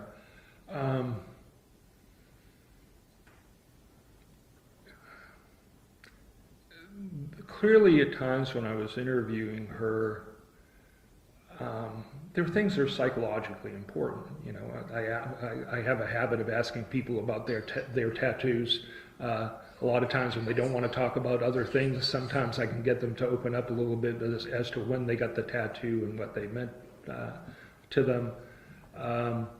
She had little insight into her first couple of tattoos. There was like a heart with snakes or whatever it is, and it was rather, superficial, didn't get anywhere. I feel it was a little bit disconnected. At other times when I talked about things that were much more serious, like, given the fact that she had this history of her aunt's husband sexually propositioning her, asking her, had she ever had an orgasm, can we be alone, history of being raped. And I'm kind of questioning her about getting into BDSM and dating, some questionable, kind of risky situations, I would suspect, as well as her original boyfriend, who was described as a drug dealer, and looked at her as like, you see any connections between, your fascination with this and the trauma and the history, and you would think you would be afraid of this. And boy, she just could not make the connection. She just kind of, it seemed disconnected, and it kind of added to my impressions that there were some dissociative kind of features to her, spinning off parts of reality and just becoming overwhelmed by the emotional conflicts and just compartmentalizing them, which we see a lot of times in people who have histories of trauma. Depersonalization, derealization kind of phenomena are not uncommon for people who have PTSD, which I didn't think she met full criteria for, but she did have some trauma history and features, which I also ended up diagnosed as kind of a residual other specified trauma-related disorder.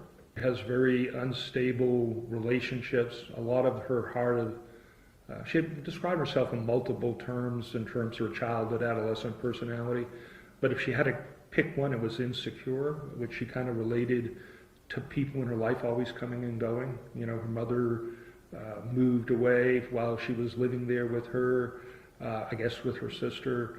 She ended up moving with another aunt after the episode of the aunt's husband propositioning her, essentially.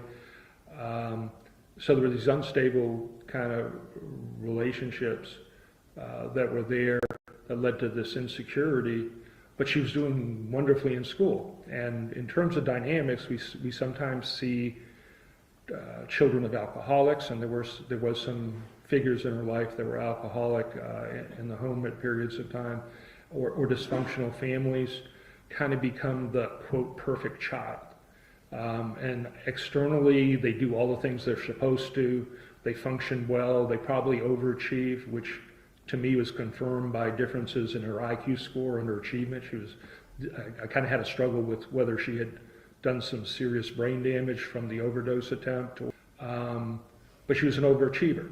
And she was drawn into the military from a pretty early age, became class valedictorian. So she tended to overcompensate by things and be drawn into external trappings that she was doing okay, whether it was a fancy car or kind of higher than average weapons in terms of her selection, where they weren't exactly beginner choices in terms of that. and her uniform, other things like that, the trappings of I'm doing okay. And that's the external mask, which was kind of, sort of really fragmented off from a lot of underlying paranoia, avoidance, suspicion, and repetitive engagement in some of the sexual stuff that's, we see sometimes with people who have histories of sexual trauma. If you just kind of speak to the issue of, I think, the diagnosis. Okay, fair enough. The other thing that struck me on initially encountering her, I learned that she was fasting. She hadn't eaten for 18 days when I first saw her. And I'm going, oh, we're going to do testing and interview, and you're going to pass out on me, or, what am I seeing? The effects of, low blood sugar, boy, this is going to make my life a lot more difficult. She was, even though she hadn't eaten for 18 days, she was pretty alert, answered, again, with some of her characteristic emotional overlay, she was pretty alert and responded pretty well, seemed coherent, didn't seem to be, impaired in that kind of way. I did review her history of eating. Even when I asked her why she was fasting, she kind of like, don't know. Again, this disconnected flavor to it. Never really, she did indicate that some of the early fasting, and extreme diets, which she's done historically, have been largely related to body image. And I did do an eating disorder inventory, which is a major and frequently used test for eating disorders. And she did have a very high drive for thinness or body dissatisfaction and some other factors on that, which are very similar to people who are diagnosed with eating disorders, and I did diagnose that in her case. Was there any connection or the ability to see, through discussion with her and the records of the testing, why Taylor would have been pulled out of daycare, or why there was a change that ultimately transpired? In discussing that with her, and looking at the records and texts and other types of things, my impressions were that, certainly there was one thing going on, was that there was a girl that Taylor was getting into some fights with. The girl seemed like she was bullying Taylor over toys. Taylor wasn't liking going to school too much because Taylor liked to eat. So though Brianna tended to restrict her eating a lot, Taylor was always eating and wanting stuff. She wanted to eat what she wanted, when she wanted, yesterday. And this was a conflict with the school in terms of being on a schedule, in terms of eating. Unfortunately, Brianna wasn't sending snacks, so kind of interesting. But there was this eating stuff. Taylor wasn't wanting to go to school. She was having trouble with sort of daycare hours and her needs to be on base at times for different hours because she may be the only one with the security keys, or there was some other mission critical issue that she had to be there. She was getting in trouble with the daycare. She tends to take care of things on herself, which emerged as another theme when I asked her about why did you ask for help. I always felt like I have to take care of things on my own, even when she should have asked for help. So I think those things kind of came together. And I think that her own history of social anxiety disorder, paranoia, her discomfort with people made her over-identify with Taylor's desire to avoid and stop going to school. It was not a good decision, and in fact, something that she voiced as one of her significant regrets. The photographs of the apartment and the condition of the apartment, how does that correlate to the military role and what's going on? The apartment was obviously disgusting. It was, poorly kept. It was dirty. It was filthy. Probably smelly. it was symbolic of her own external trappings of her uniform and military functioning and the internal disarray that she had. I asked her about it, because this is photographic evidence. This is like, okay, what about the diapers and what about this stuff? And she looked at me like, no, it wasn't like that. It just absolute, you know. Did she end up talking to you about the events of Taylor's death and what she remembers happening? Yes. Right. What happened? Well, I woke up and she was dead. And boy, it was, this big mystery of sort of what had happened and what was going on. There was an awful lot of explanation for it. The best that she could recall, and what she told me, was that somewhere toward the end of September and October, she had a hard time pinpointing it exactly. The IHOP purchase might be relevant because she recalled buying Halloween waffles. And she knew Halloween waffles, and it was sometime when they had introduced that. So it was somewhere around the weekend, one of the weekends there. She was up, it was a Saturday, she was studying, which seemed to be consistent with her planner and diary. She had studying scheduled on that. It was in the evening. Taylor had wanted to stay up and was eating some stuff, wanted to eat and watch some movie or something on some video or electronic thing with her. Brianna was studying, was tired. Brianna went to sleep early. No, she took some over-the-counter sleep medications or not. Interestingly, she was comfortable with Taylor staying up and putting herself to bed. Evidently, that was kind of not unusual for her. Brianna slept till around 11 o'clock noon the next day. It was when she kind of noticed something was odd, because Taylor would typically get up very early and be up and about and whatever. She said she searched for her on the bed, under the bed, before she found her in the closet, slumped over, thought she was asleep, tried to wake her up, but she fell over and was cold. And at that point in time, she, kind of describes just really not knowing what to do, kind of being in shock. Left the apartment twice, I think she indicated, that particular time. On one of them, she picked up groceries from Walmart, according to her report, that she had ordered days before or something, or at some time before online. She couldn't bear bringing herself into the area where Taylor was. Her thoughts were that she wanted to kill herself. She didn't know what to do, but she was intent on killing herself. She drove around a lot.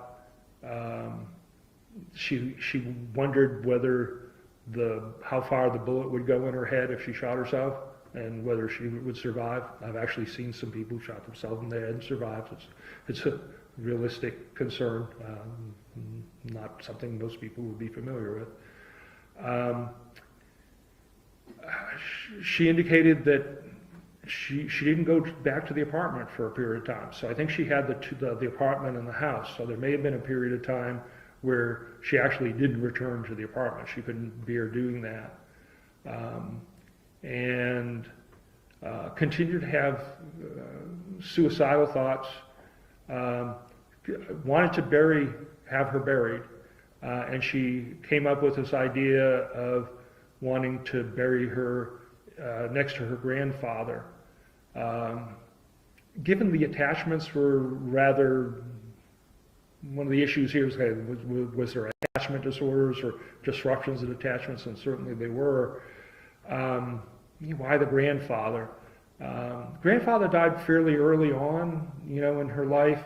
There were a lot less negative and conflicted memories. That might have something to do with it, but she couldn't tell me that. And why did you want to bury her next to your grandfather? And again, it was this, I don't know, it was just absolutely this disconnected, but that's what I wanted to do.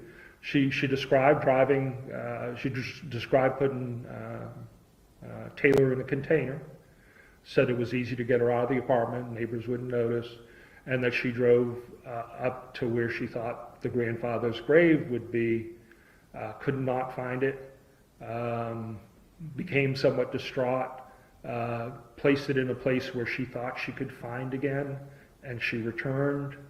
And again, her plans continued to be going back up there, trying to find her, bury her with her grandfather, and then commit suicide.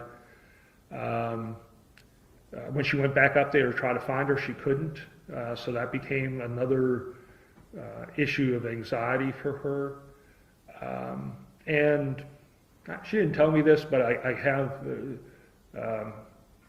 she did tell me, or the mitigation specialist, I'm having a hard time differentiating between the two right this moment, is there was a statement that she made is that she wanted Taylor's body to be found. And in addition to the obvious, maybe I don't want to get caught and maybe I'm going to pull this big ruse, I wonder whether part of the search and saying that she's gone actually kind of had something to do with her wanting to find the body and have it buried and for her to commit suicide. Because I asked her, were you just buying yourself time, and in terms of, doing things? And it was about, there was something about finding her body that seemed significant, real. It was disconnected from anything else. It wasn't a long discussion. It wasn't overly elaborated or exaggerated or, drawing for sympathy. But it was another one of the threads in her puzzle that seemed to make a little bit of sense to me and may have been an additional motivation. I certainly don't know all of her motivations. There was a lot of, I don't know what I was thinking. And it was disconnected, dissociative kind of feeling like. And so that's why I got to her interview, the initial interview that we watched the video, and we heard testimony that she wasn't overly emotional, she's not really shaking or showing any signs that this is something that's a problem. What's your take on Yeah, unfortunately, we've all seen false abduction claims on television, right? So we have experience in the general media and public of seeing some of these, emotional displays. So one would look at that and, knowing that that was the case in a very cynical kind of way. And I can tend to be cynical at times. Her crying uncontrollably is not characteristic her. Clearly she's crying pretty uncontrollably, in that particular incident. She never really cried uncontrollably with me, on the verge of tears when she talked about Taylor at times. And there was a time, I think, in the mitigation interviews when she talked some about some of the traumas and Taylor, where she actually became a little bit hard to console. Clearly she's putting on a bit of a show, right? And cynical me is like, that's kind of a pretty obvious types of thing. But one of the things that's also kind of psychologically meaningful to me, especially in the context of her compartmentalizing, denying, shutting things out, dissociating things, is this time that she's talking and claiming that Taylor is dead. It's really the first public time she's acknowledging and breaking the reality that Taylor is not there. Now, she's not saying she's dead, but she's coming closer to reality. And I suspect that what you're seeing is probably part show and part, oh my gosh, I can't deny this anymore, that this is really happening.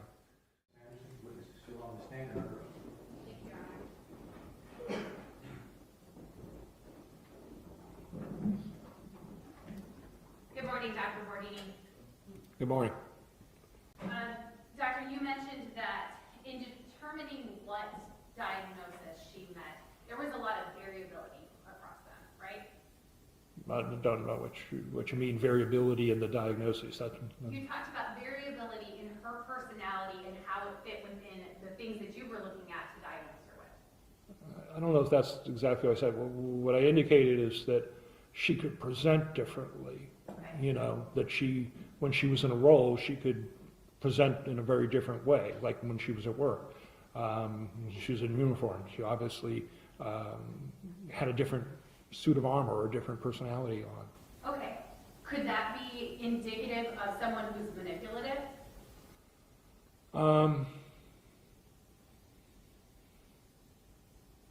Someone who's manipulative will change that back and forth to get something in any given minute. I think in her circumstance, you had a role which characterized the majority of her working life, where she was described as a leader, a rising star. She could manage, you know, pretty large numbers of computer systems, security issues. She was seen as a depend-on person, despite the fact that underneath it, she was really insecure. That's not manipulative. You know, that's not someone who's changing that, you know, her presentation, you know, to get extra leave or an extra promotion or doing that kind of stuff. What we're talking about is really differences in roles and periods of time, and she was able to do that. Whether she used that to manipulate is kind of a separate question. Nobody described her as manipulative in terms of her military stuff. She was exemplary. She was kind of put up as being an example of a sailor. So she certainly didn't do that at work, or nobody picked up on it. And military people and leaders can tend to be as cynical as I am sometimes. So you would agree that if she was presenting with these hallucinations, this debilitating anxiety, that it could have been caught, you know, during maybe the interviews for her top secret clearance? No. No? No, that's totally absurd. I've done pre-employment interviews and interviews for fitness for duties, on law enforcement officers, FDLE, FBI, the whole 9 yards. People do not tell you all the bad stuff when you're being interviewed for a clearance or for that. I know multiple people with top secret clearances who have psychiatric histories, DUIs, the whole 9 yards. People are not going to tell you their inner secrets because it's going to ruin your career, your chances to get in. And in the military and law enforcement, that's a big problem. We have large suicide rates, which are unfortunate and well known to everybody, because there is a culture of not wanting to admit stuff because you may jeopardize your promotion or your clearance. So, you know, what you're proposing is preposterous. Okay. You talked about eating disorders, and I think it is evident by the evidence in this case, through the text messages, the things we see in the apartment, that she has some sort of fixation on food, right? That she had some Some sort of fixation when it comes to food. She had an eating disorder, and yes, she was, you know, people who have alcohol problems get overly preoccupied with alcohol. People who have eating disorders get overly preoccupied with the details of eating. Okay. So there's a couple things that I want to talk to you about in your report related to that. There's a talk about her change in routine. And specifically, it's mentioned that part of this change is because Taylor's a big eater, right? Start the beginning part of it. I think I missed the predicate or the first part. Yes, sir. There is a change in Taylor's routine. Right. And part of the reason that this defendant gives for that change in routine is because Taylor is a big eater, right? Yeah. And she doesn't like the schedule at school. Correct. Okay, so she keeps her home. Yes. So she can eat whenever she wants.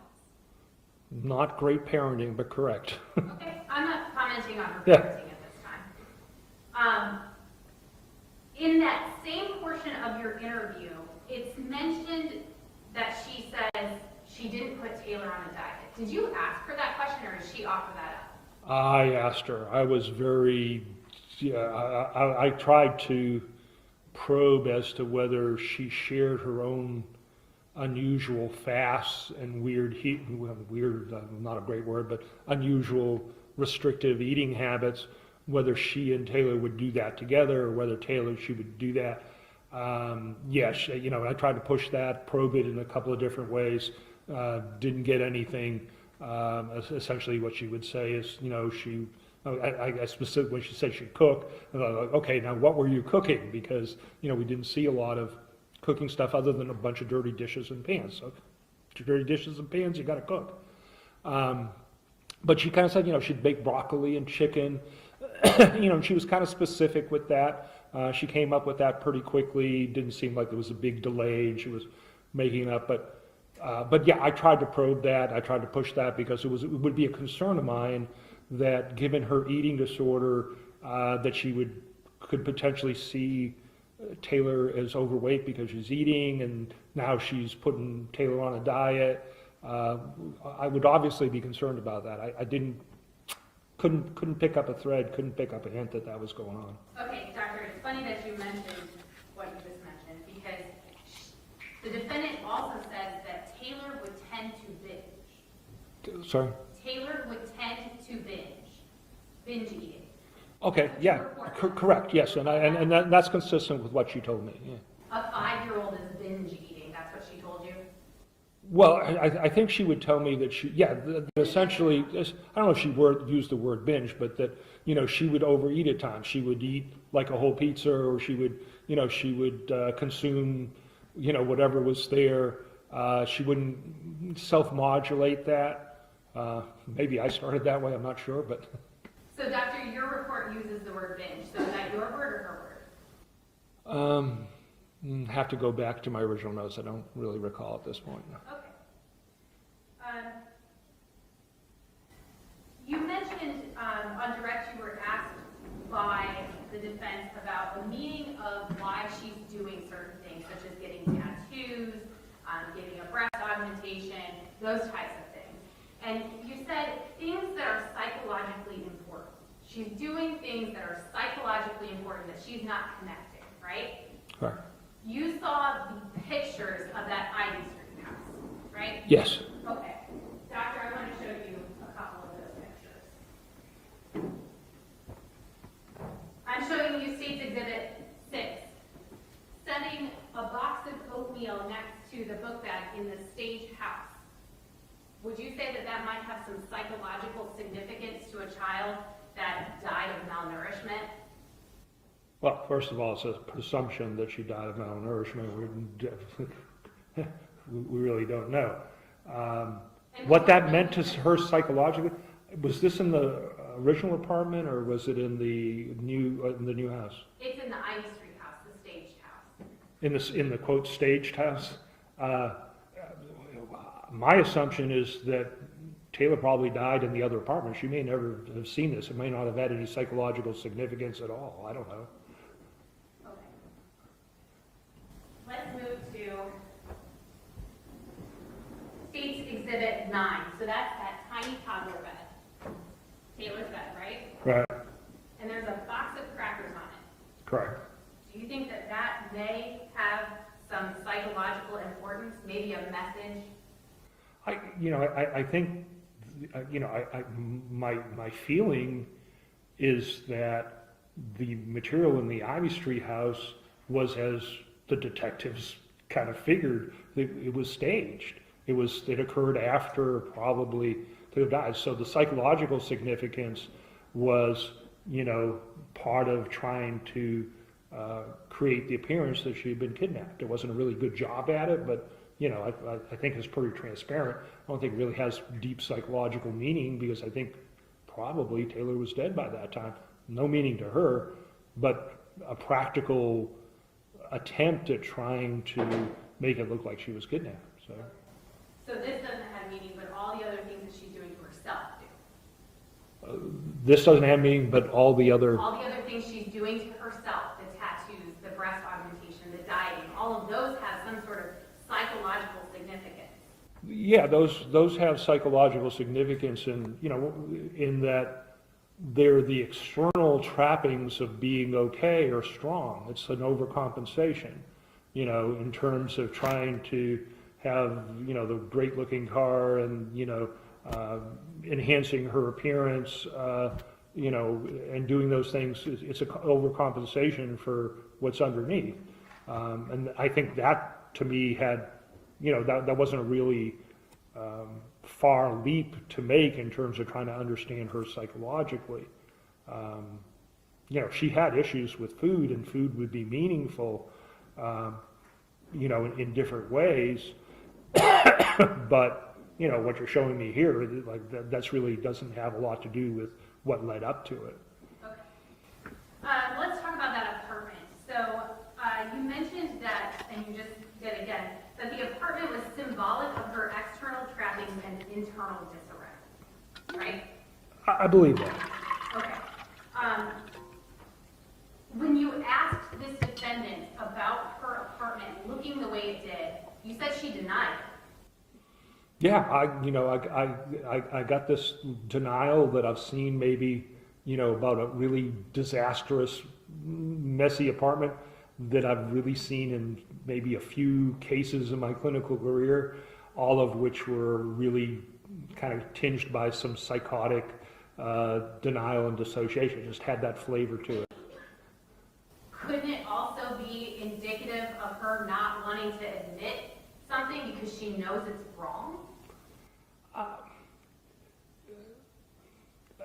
It's conceivable that that's the case, but, you know, admitting something like I didn't feed my child versus my apartment was messy, and yes, there were diapers there, especially when you have photographic evidence, here's the dirty diapers, you know, and I mentioned that what the evidence was. You know, it would, you know, to kind of deny it because it's going to be convenient to you, it's, you know, she's smarter than that, and it doesn't make any sense in any kind of way. It's an easier thing to admit to. So it had this other flavor to it that I can only relate, you know, to some of these unusual hoarding with psychosis cases that I've seen. Okay. So you were asked about insanity, and clearly you're not saying she's insane. Correct. But you're saying that she doesn't appreciate these things. Yeah, depersonalization, derealization, dissociation is some alteration of reality that falls short of schizophrenia or dissociative identity disorder, which would be like a multiple personality disorder. It's a lower, you know, the distortions aren't quite that bad. I wondered about all of those issues and kind of reviewed the diagnostic criteria, whether, you know, I could make those diagnoses within kind of a reasonable degree of probability. I didn't feel like I could. I did feel like there was some pretty significant dissociation and derealization, though. What makes it dissociation versus just not wanting to admit the truth? They have things in common. They have more in common than not. At one level, we think about psychological defenses, and we kind of describe denial as being one step above fainting. Now, we can look at denial in a criminal sense, but we can also look at denial as a coping mechanism for psychological disorganization, distress, trauma. So we know, and you know, as a prosecutor, you probably had some experience with this, we know that people who are sexually abused may blank out parts of what's real. And they are prone to having some dissociative phenomena when other things remind them of things, or it can recur. And so it's often trauma related, and there is this blanking out of some of the reality aspects. So, for example, even though we think about these hoarders as having nothing to do with abuse because they're just hoarding cats or whatever it is, it turns out that they often have a history of trauma and abuse. And this alteration of reality, though they're not schizophrenic or anything like a bipolar or a major mental illness, there is some real serious distortions of reality. Okay. Doctor, we talked about this wasn't a good decision for her to pull Taylor out of school, right? Yeah, it was. It's just a yes or no. I'll ask you another question. I can answer more than a yes or no as an expert. You know that. Yes, sir. But Thank you. No, so go ahead and repeat that, and I'll answer. Just because I'm the one that's got to consider the evidence, so respond directly to the question. Yeah. If you need to explain the answer you give, I want to hear it. Thank you. It'll either be through the next question asked by the prosecutor or on redirect by the person who called you as a witness. I just don't need the bickering. Okay, thank you. Ask the question, please. You would agree that she knows the difference between right and wrong. Yes. Could she articulate to you what her role as a parent is versus Taylor's role as a child? I don't think I think she could give you the right answer. I didn't specifically ask that question. Do I think she could articulate it? Yes. Do I think she has a solid grasp on it? Probably not.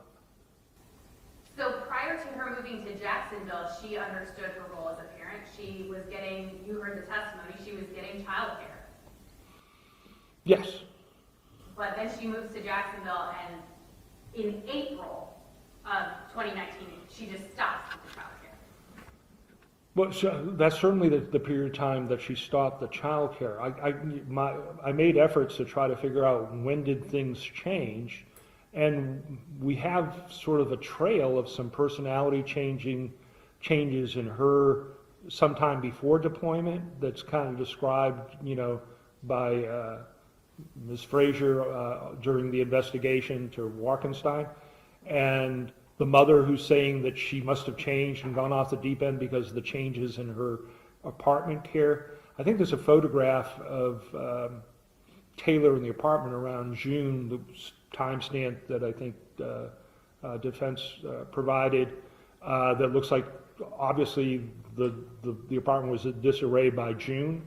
So sometime, and we know that or suspect that Taylor's behavior changed after deployment. So there's a number of things that lead up to this April issue. I don't think it was like one day she just, changed. There's probably multiple contributors to that happening. Also possibly the fact that she looked like she had a lot more responsibilities. So those responsibilities, did you ask her if those became more important than Taylor? No, it would be convenient for her to say that she was stressed by, the duties. She tended to say they were easy. It kind of would contradict that. Doctor, you sat through this entire sentencing, and you also, prior to this, when you were doing your report, had the opportunity to hear the 911 call, the interview session. Correct. And I think you even acknowledged that those were not the truth. That those weren't, yes, obviously. They were not the truth. Yeah, she was making up a story about the child being kidnapped. Okay. Now, the emotions partially true, partially untrue. She probably channeled both. Okay. So when you sat down with her and you asked her about Taylor's death, and she gave you a story, why did you accept that as the truth? I'm not a lie detector.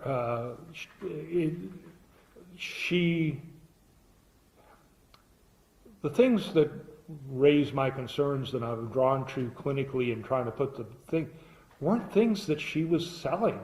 I kind of know when someone's selling me a story in terms of psychopathology. She would tend to minimize and deny or shut down when I tried to, pull more out in terms of unusual experiences or stuff. It was really something, that was a lot more subtle than that. Her demeanor was very different when talking about Taylor in this. It was very quiet, anxious. She seemed to consider what she was thinking. And clearly there were times when it would have been convenient for her to maybe say, that she was losing her mind or anything like that. She never came even close to anything like that. I think I've tried to put the pieces of the puzzle together from little fragments that she would allow here and there, but she was more guarded than selling a story in terms of my interactions with her.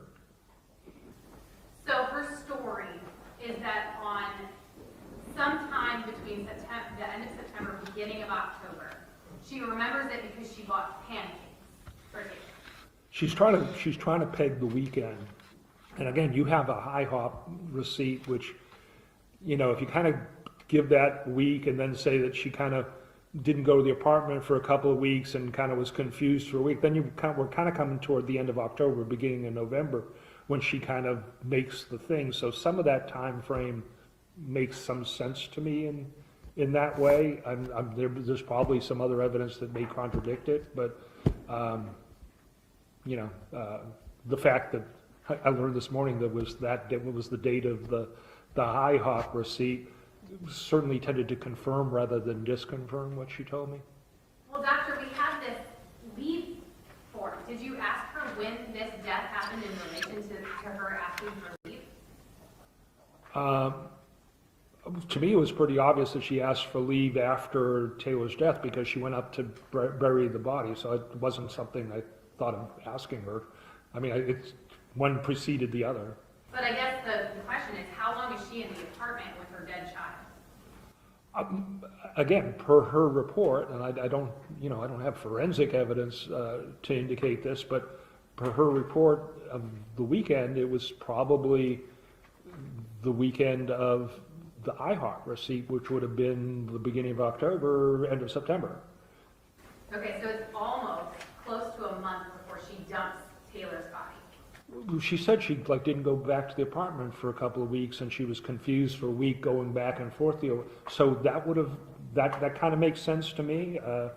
Is that does all the forensics evidence support that or not? I don't know. Don't do I'm not an evidence tech, in that sense. But it made sense. There was some consistency to it. So this would be a pretty big event for her, right? Her daughter dying? Absolutely. Would you be shocked if she continued to text message with people like nothing happened? No, that seems part of the. She's an IT tech who's probably creating a track of everything seems fine because she doesn't know what to do, and so no, I don't find that particularly unusual. She's functioning at work. She's making pretend everything is okay, and according to her, she's buying time to go up, bury the body, go back and find her. So this, so some of this mask or charade is kind of a practical thing to do in terms of trying to get to her end result of either burying the body or doing herself off or getting away with it. I don't know the underlying motive of all those. So she's playing a role. She's playing a role, and she seems like she's creating, or trying to create, not really in a very good way, this, I guess it would be electronic staging. It would be kind of a good way to describe it. So basically she's manipulating her situation. At that time, yes, absolutely.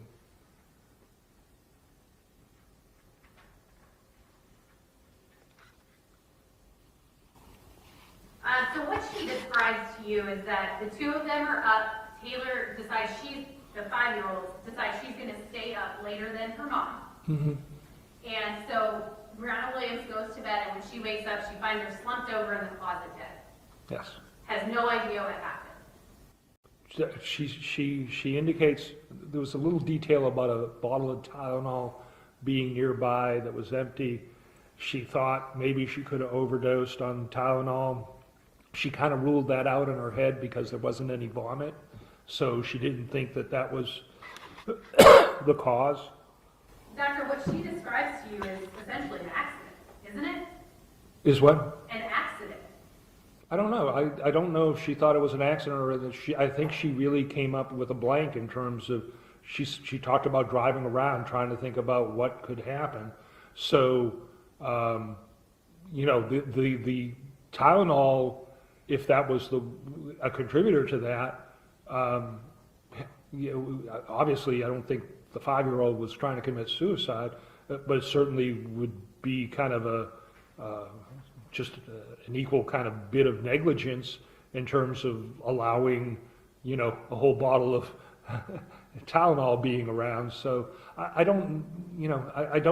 never got the sense that she was trying to present this as an accident. I think basically as far as she got was, I don't know what happened.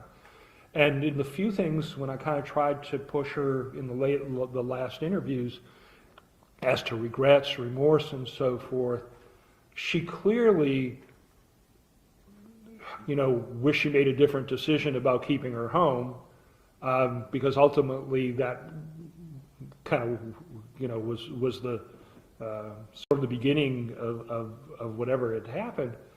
But the other was that she had really some regret or remorse about not calling the police right away, or calling the hospital, or taking her to the hospital to find out what happened. Factors in that, when I asked her why not, goes back to her paranoia, but also some social cultural stuff that was probably going on at the time. She was overwhelmed with the death, and I think she probably had a lot stronger of a dissociative reaction and episode after she died. She was, confused. She was in denial psychologically. I've seen that, in people who've committed purposeful murders, after the actual death, for there to be this sense of depersonalization, derealization. Because even though, you may imagine what it's like when you kill somebody, even if you have to do so as a law enforcement officer, it's something that really is a psychological trauma. Doctor, you're aware that she pled to second-degree murder, correct? Correct. And you described her relaying what happened as anticlimactic. Does what she described fit with second-degree murder? I think that's her taking responsibility for that, and again, it may have been her best option given what was on the table. I'm certainly not privy to her attorney, the state attorneys, and other people's negotiations about pleas. So that's usually not somewhere I go in an interview, because it tends to sort of delve into attorney-client privilege. Would you agree with me that inconsistencies and omissions that are self-serving are important factors for you to consider in determining if someone is telling the truth? Oh, yeah, certainly.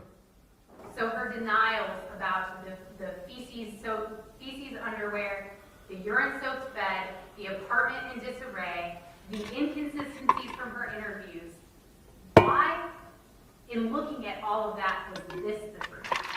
Well, like again, I was kind of surprised about the denial about things that there's just photographic evidence about.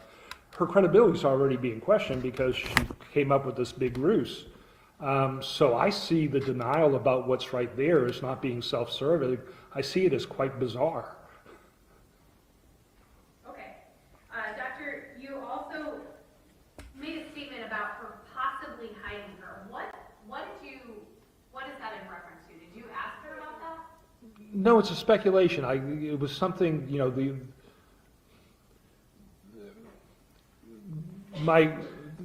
I was aware of the witnesses saying that Taylor was wandering about and that she was waving, and certainly that's direct witness testimony about the child being unsupervised. Obviously, we have some contradiction with the dates and that was kind of highlighted earlier, but I did know that, and I'm assuming that was accurate, and so I guess I'm wondering why Taylor's not seen after that, right? And her report to me is, no, that didn't happen. Taylor couldn't have been outside because there was no doll, which to me sounded like a lie, or it just didn't make an awful lot of sense to me, and I was trying to understand it. In terms of the hiding is when I learned, I guess, that they had gone back and asked her about whether they could care for her. It's just pure speculation, given her paranoia, that if she became aware that they knew that she was alone in the apartment or whatever, and she was somewhat paranoid about other people watching her, and she had this paranoia about even pictures on Facebook, because she got really mad with the dad for posting some pictures on Facebook. She had a lot of paranoia about protecting Taylor, and whether that had something to do with maybe scaring Taylor. But boy, this is not stuff that she told me. I'm really trying to put parts of the puzzle together, and speculation. Okay. Doctor, I got one more picture for you. I have State 54 up on the screen. So, Doctor, your speculation leads you to believe that she's potentially hiding her, maybe in this closet. Speculating exactly how she hit her would be like even speculation upon speculation. I certainly can't rule it out, but I find it a bit hard to believe. But Taylor was afraid of going out, according to Brianna. That kind of makes sense in the fact that both Brianna had a lot of childhood fears, and anxiety disorders can often be hereditary. And I would consider an alternate theory that she could simply just scare Brianna not to go close to the window if she was afraid of seeing her. So, but boy, we're getting into theories without a lot of real hard indications that was true. Okay. Doctor, I just have one more question for you. I noticed on your CV you're a child neuropsychologist as well, right? I do child neuropsych, correct. What would the mental and emotional effects on a 5-year-old be if they were isolated from the entire world, taken out of school, and locked in an apartment with nothing more than Dole cans to sip juice from? Well, I'm not sure if I'm agreeing to the whole predicate is that she had nothing but Dole cans, but the effects of deprivation socially and being isolated can be quite significant. Children can deteriorate, children can develop eating disorders, so children can actually stop eating if they're socially deprived. We see that in children who have attachment disorders or trauma. They can become depressed. So a lot of negative emotional as well as physical consequences could occur because of that. I have no further questions. Your Honor, over the last day and throughout this morning, the court has been inundated with information about the horrific last 6 to 7 months of Taylor Rose's life. They say a picture is worth 1,000 words, but the photographs that this court saw, they don't just speak. You can smell the filth. You can feel the suffocation in that apartment that Taylor Rose was living in. Now, unfortunately, this court has not heard impact statements from family members. Why is that? It's because her own mother killed her. Those family, those friends, they're left between a rock and a hard place. Take the stand and testify and tell this court about Taylor and the life that she lived in her 5 short years against her mom. They didn't want to do that. Unfortunately, that is the reality that sometimes we face. But it doesn't matter if the state calls 0 or 100 witnesses. That is not the measure of the value of Taylor Rose's life. So I just want to take a moment to show some photographs and some videos that were provided so this court can understand who Taylor was and what this crime has done to impact. Are the photographs visible? They are.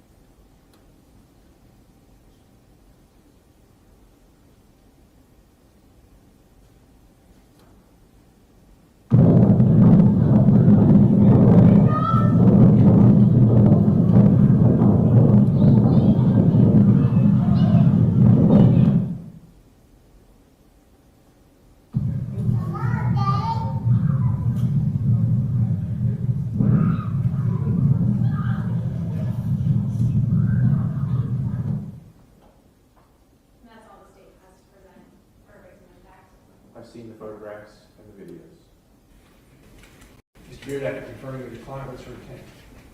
Your Honor, my client in the statement that she would ask to be read to the court, I would ask if Ms. Johnson could read that statement in lieu of Ms. Williams reading it to the court. So she's going to exercise her right to allocute. She does not intend to testify. Is that correct? That is correct. All right. Ms. Williams, would you stand for me so we can see each other clearly? Raise your right hand for me, if you would, please. You solemnly swear the evidence you're about to give in this cause will be the truth, the whole truth, and nothing but the truth, so help you God. Go ahead and put your hand up. Make yourself as comfortable as you can. I'm sure Mr. Beard has told you you have the right to testify at your sentencing hearing, and I'm certainly prepared to hear your testimony. You also have a right not to testify if that's your choice. In other words, do you want to allocute rather than testify because you believe that to be in your best interest? Yes, sir. All right. Do you need any additional time to think about your options or discuss your options with your lawyer? And you want to have Mr. Beard read something into the record or correct that, Mr. Beard's mitigation specialist read something into the record for you, is that correct? Yes, sir. And you'd rather have her do it than you, for what reason? It's your right, that's why I'm asking. Someone else is going to actually stand in your shoes and read it rather than you. I'm asking you why it is you don't want to read your own statement.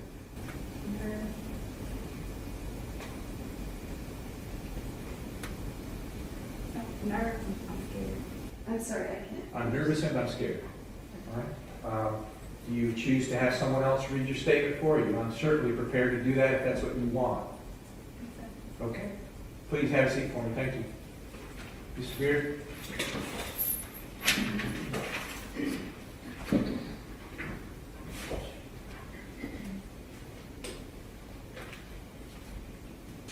Just so the record's clear, if you could identify yourself, please. My name is Erica Johnson. I'm the mitigation specialist at the Public Defender's Office. Whenever you're ready, Ms. Johnson. Okay. I knew what I did was wrong. I failed as a mother, a protector, and as a decent human being. I didn't immediately call the police, and when I finally called, I lied and lied some more. And I didn't take advantage of any timely opportunity to right my wrongs. I apologize to everyone affected by this tragedy. I'm tormented and punished every day since losing my baby. I tried to kill myself to escape it all. However, I'm not asking for any sympathy. I deserve everything I've received over the past approximately 3 years, externally and internally. I lost the most important person in my life, and without her, I lost myself. I accept full responsibility for everything. I voluntarily pled up to murder. I blame no one but myself. Thank you. Mr. Beard, any additional evidence or witness for the court to consider? No, Judge. Thank you so much. Have a seat, please.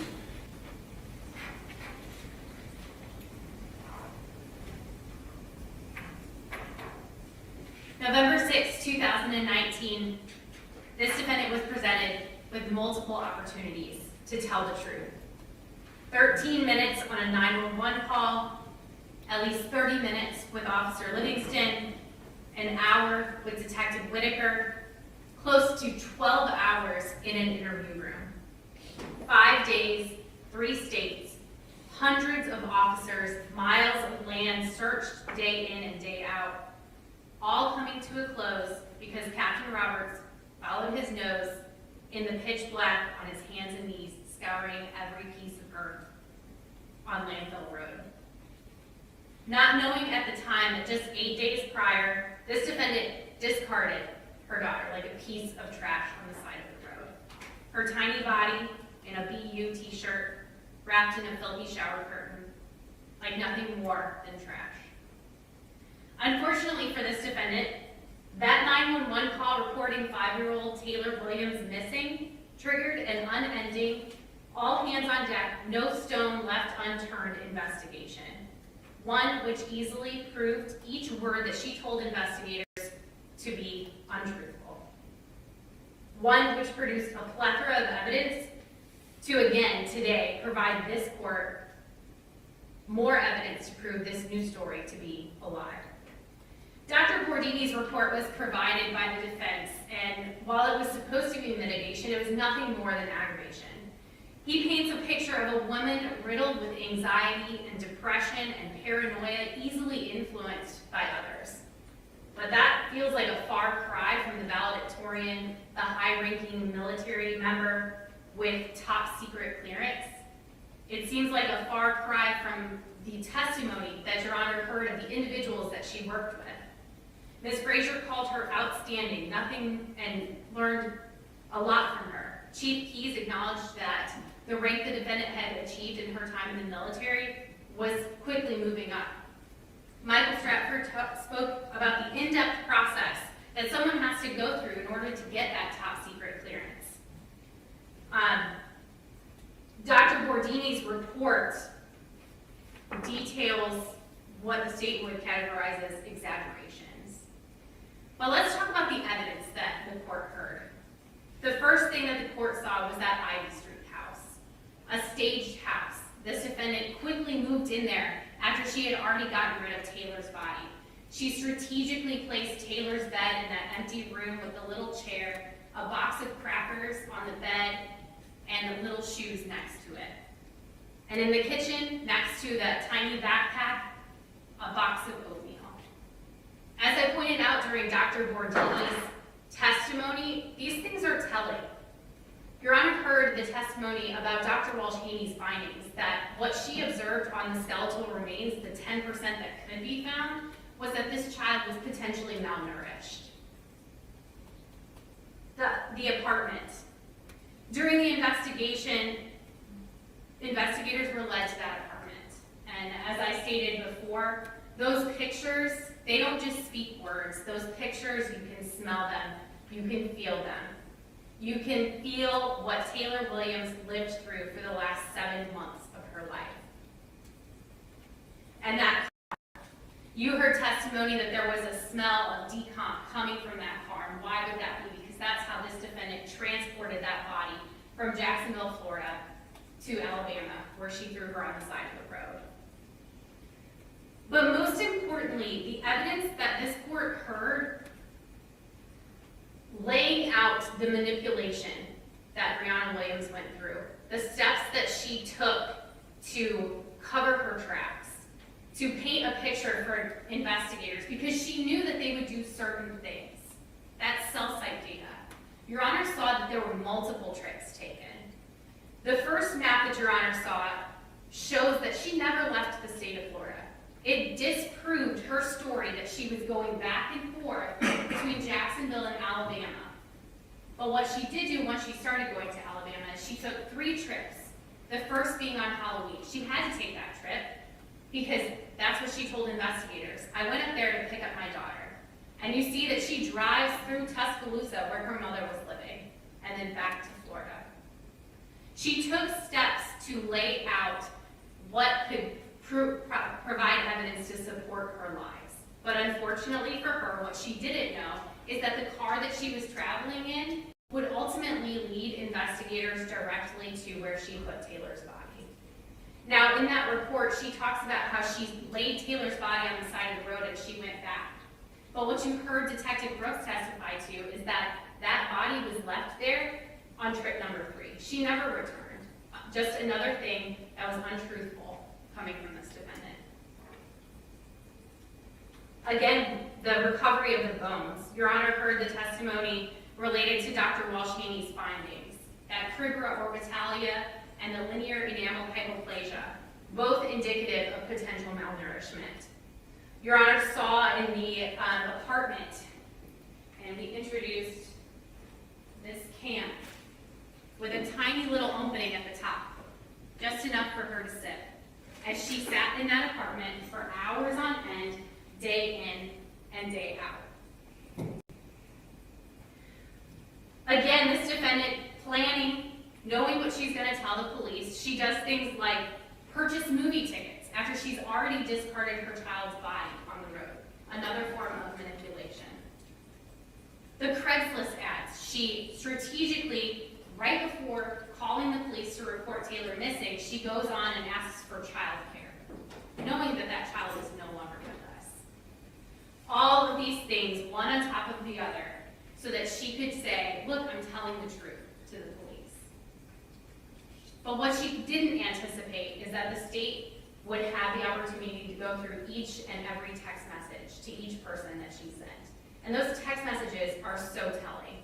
Those text messages paint a picture of a person who is obsessed with food, obsessed with body image.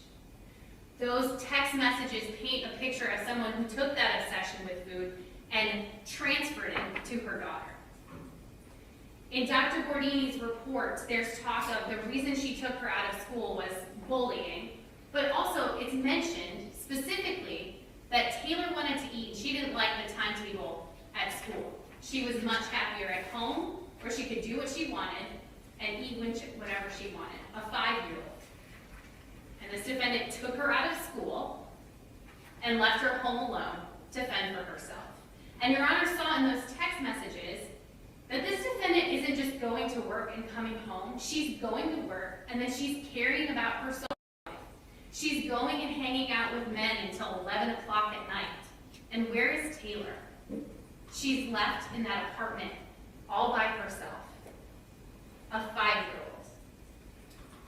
Your Honor heard the testimony of the neighbors, Carlos Johnson and Pauletta Sweeney.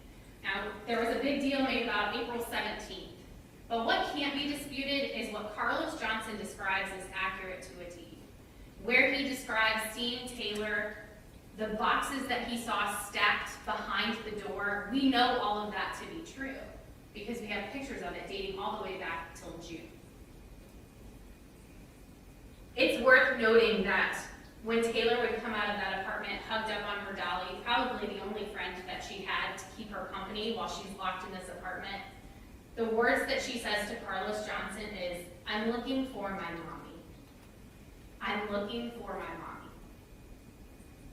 Before she's ushered back inside by herself to wait for her mom to return home, only to do it all again the next day. Dr. Bordini talked about how the defendant hid Taylor away. And that makes sense. He called it speculation, but it makes sense with the evidence. After Pauletta Sweeney makes this offer to babysit, suddenly Carlos Johnson isn't seeing Taylor in that window anymore. And while it's speculation, it certainly makes sense with what the evidence shows, that she was locked in that closet. The carpet stained with feces, the smell of urine overpowering as detectives went through the apartment. Confined day in and day out.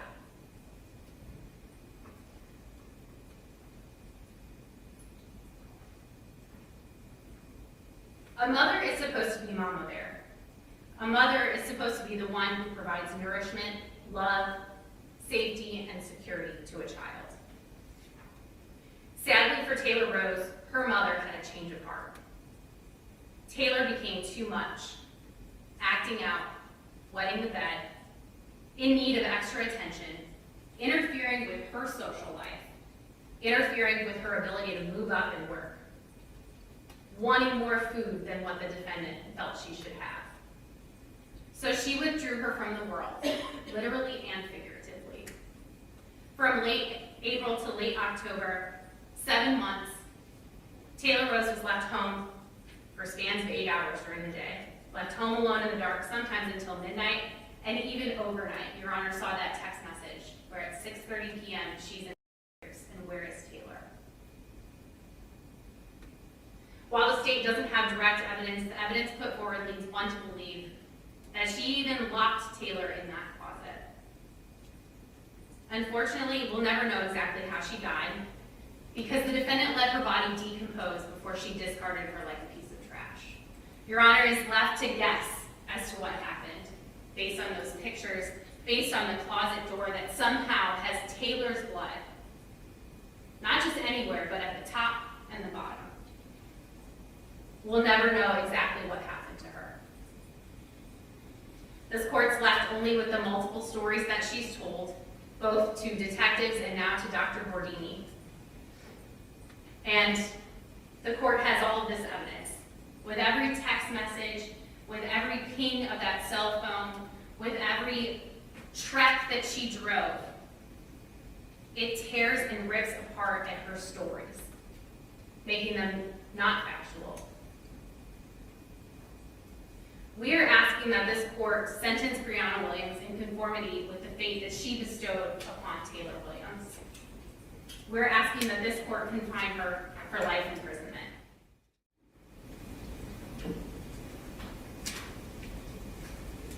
Standing before you and making an argument on behalf of a client who had lost a daughter and has done everything to cover up without being able to prove or go back in time.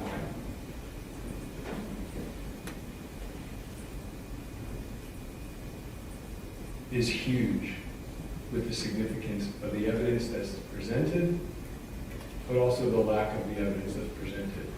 There is complete speculation, and we're not here for a trial.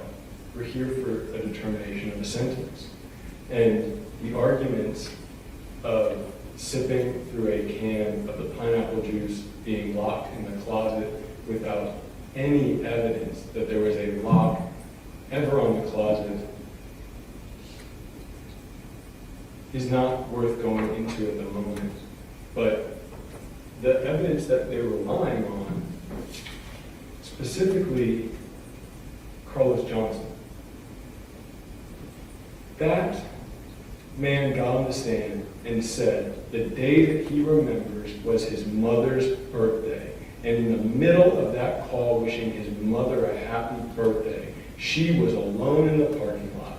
And he admitted, to his credit, that they didn't call the police until after the news reports were out, and they reflected back. Dr. Bordini got up and talked about a doll versus the stuffed animal. And he talked about Ms. Williams taking offense that she was not outside. She would not have done that. She would not have gone outside. And it was odd to hear that type of frustration or issue with that type of scenario. But until the daycare records were looked at, it matched. She was in daycare. But the state's reliance on everything else that Carlos Johnson says, it is hard to get over. And so if we take that away, it doesn't stop 8787 Southside Boulevard from being the photographs that Your Honor has.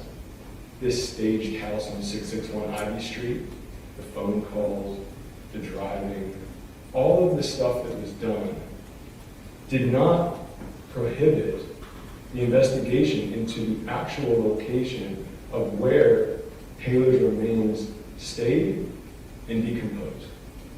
That wasn't removed, that wasn't ripped out. In the first discussion with the officers, where did you stay, when did you move in, it was revealed that this apartment was there.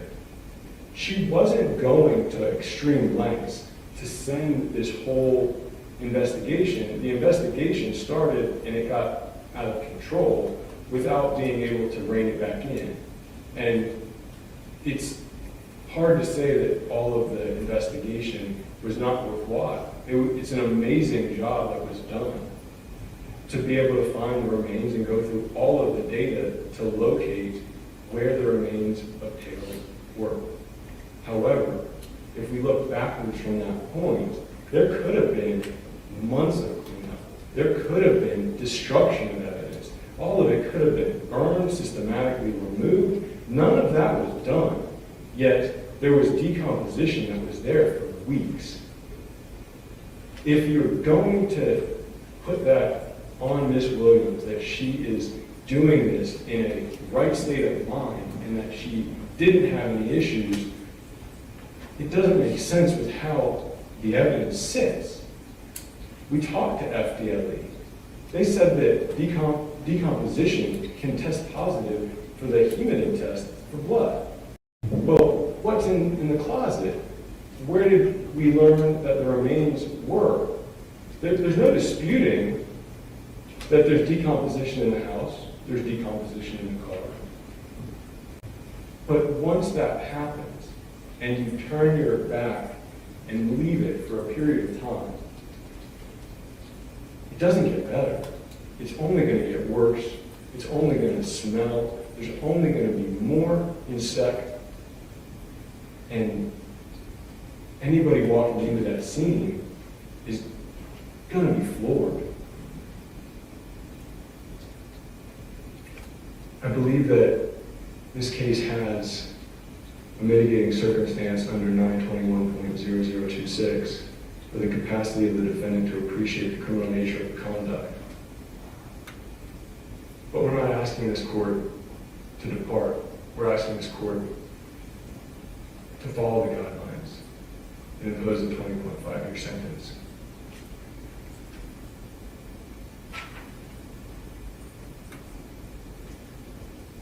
Ms. Williams has told you that she's apologized for wasting everyone's time, wasting the resources. We can't get those resources back.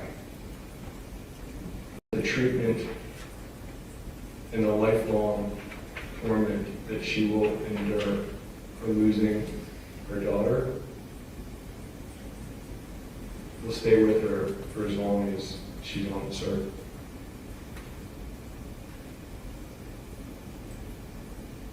If there was ever an opportunity as a first-time offender to be given a chance of release to benefit the community, society, which she has proven she can do, that is what we're asking this court to do. Thank you. Thank you, Mr. Beard. To the state one last time. Yes, Your Honor. Mr. Beard just said that the guidelines account for the crime charge and the death. But this court is given those guidelines as a baseline, and there is a maximum. And this court has the discretion to consider the evidence, the mountain of evidence and aggravation in this case in determining what sentence is appropriate. Mr. Beard talked about having remorse. She has remorse. She has remorse for the amount of time that was spent in this investigation.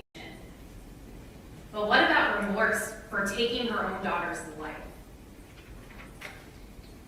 Mr. Beard said she lost her daughter and her best friend, and that this occurred because of attachment issues. That's what we heard. Attachment issues.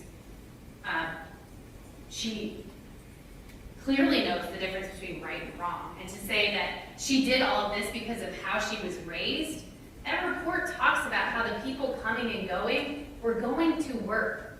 She wasn't left alone in her own filth to fend for herself, like she did to her daughter. Ignoring the opportunity to have free daycare, ignoring her coworkers, saying, hey, I'll cover your last hour of your shift so you can go pick up your kid. She ignored every piece of help that was offered to her. Mr. Beard also said that talking about this Ivy Street house is reading into things. Well, the Ivy Street house is so important because of when it was obtained, in June of 2019. What else happens in June of 2019? An inspection on her apartment. That inspection photo that Your Honor saw, the piles of trash starting to build up, triggering in her head, not only have my neighbors seen my daughter outside and also alone in my apartment by herself, but now they're inspecting my apartment.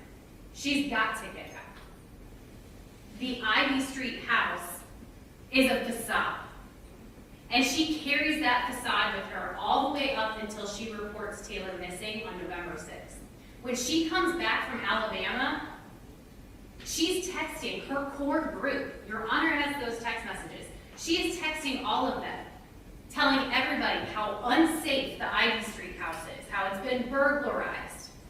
She's building all of this up. She's talking about, I have to get out of this lease. She's going to go to legal on the base. This Ivy Street house is for a purpose, so that she can pretend like her daughter was taken out from the back door without her knowing.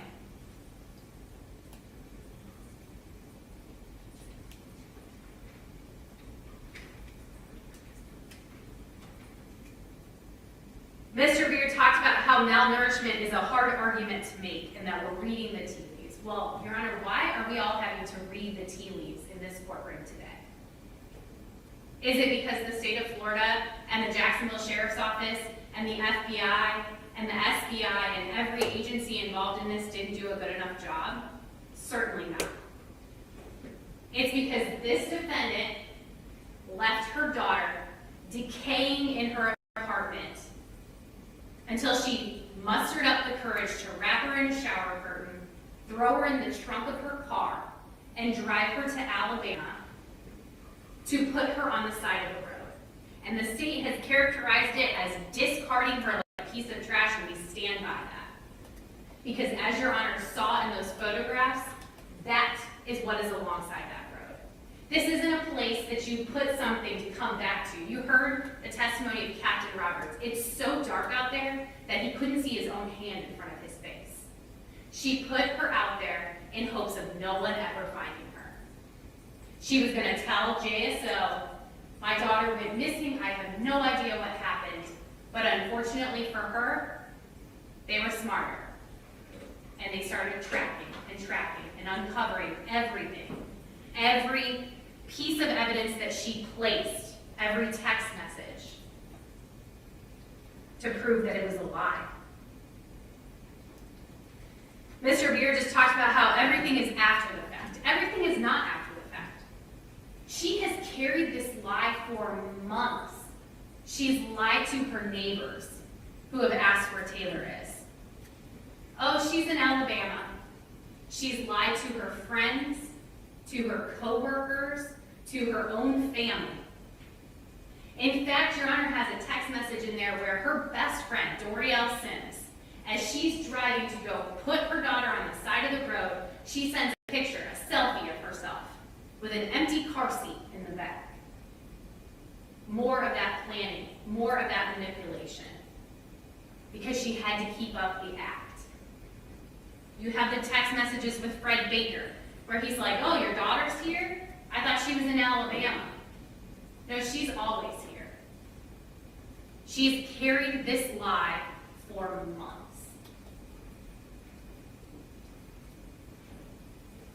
And I'll just touch briefly on pinpointing the location. Your Honor heard the testimony from Detective Brooks. The reason that we know exactly where she was dropped and exactly when she was dropped is because her vehicle told us so. And there is only one time that that vehicle goes to that location. She wasn't coming back. She didn't hope that someone would find Taylor. She hoped no one would find Taylor.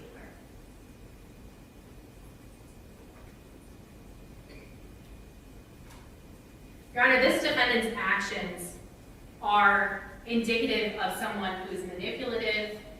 They're indicative of someone who is highly intelligent. This defendant doesn't deserve the opportunity to go back out in the community.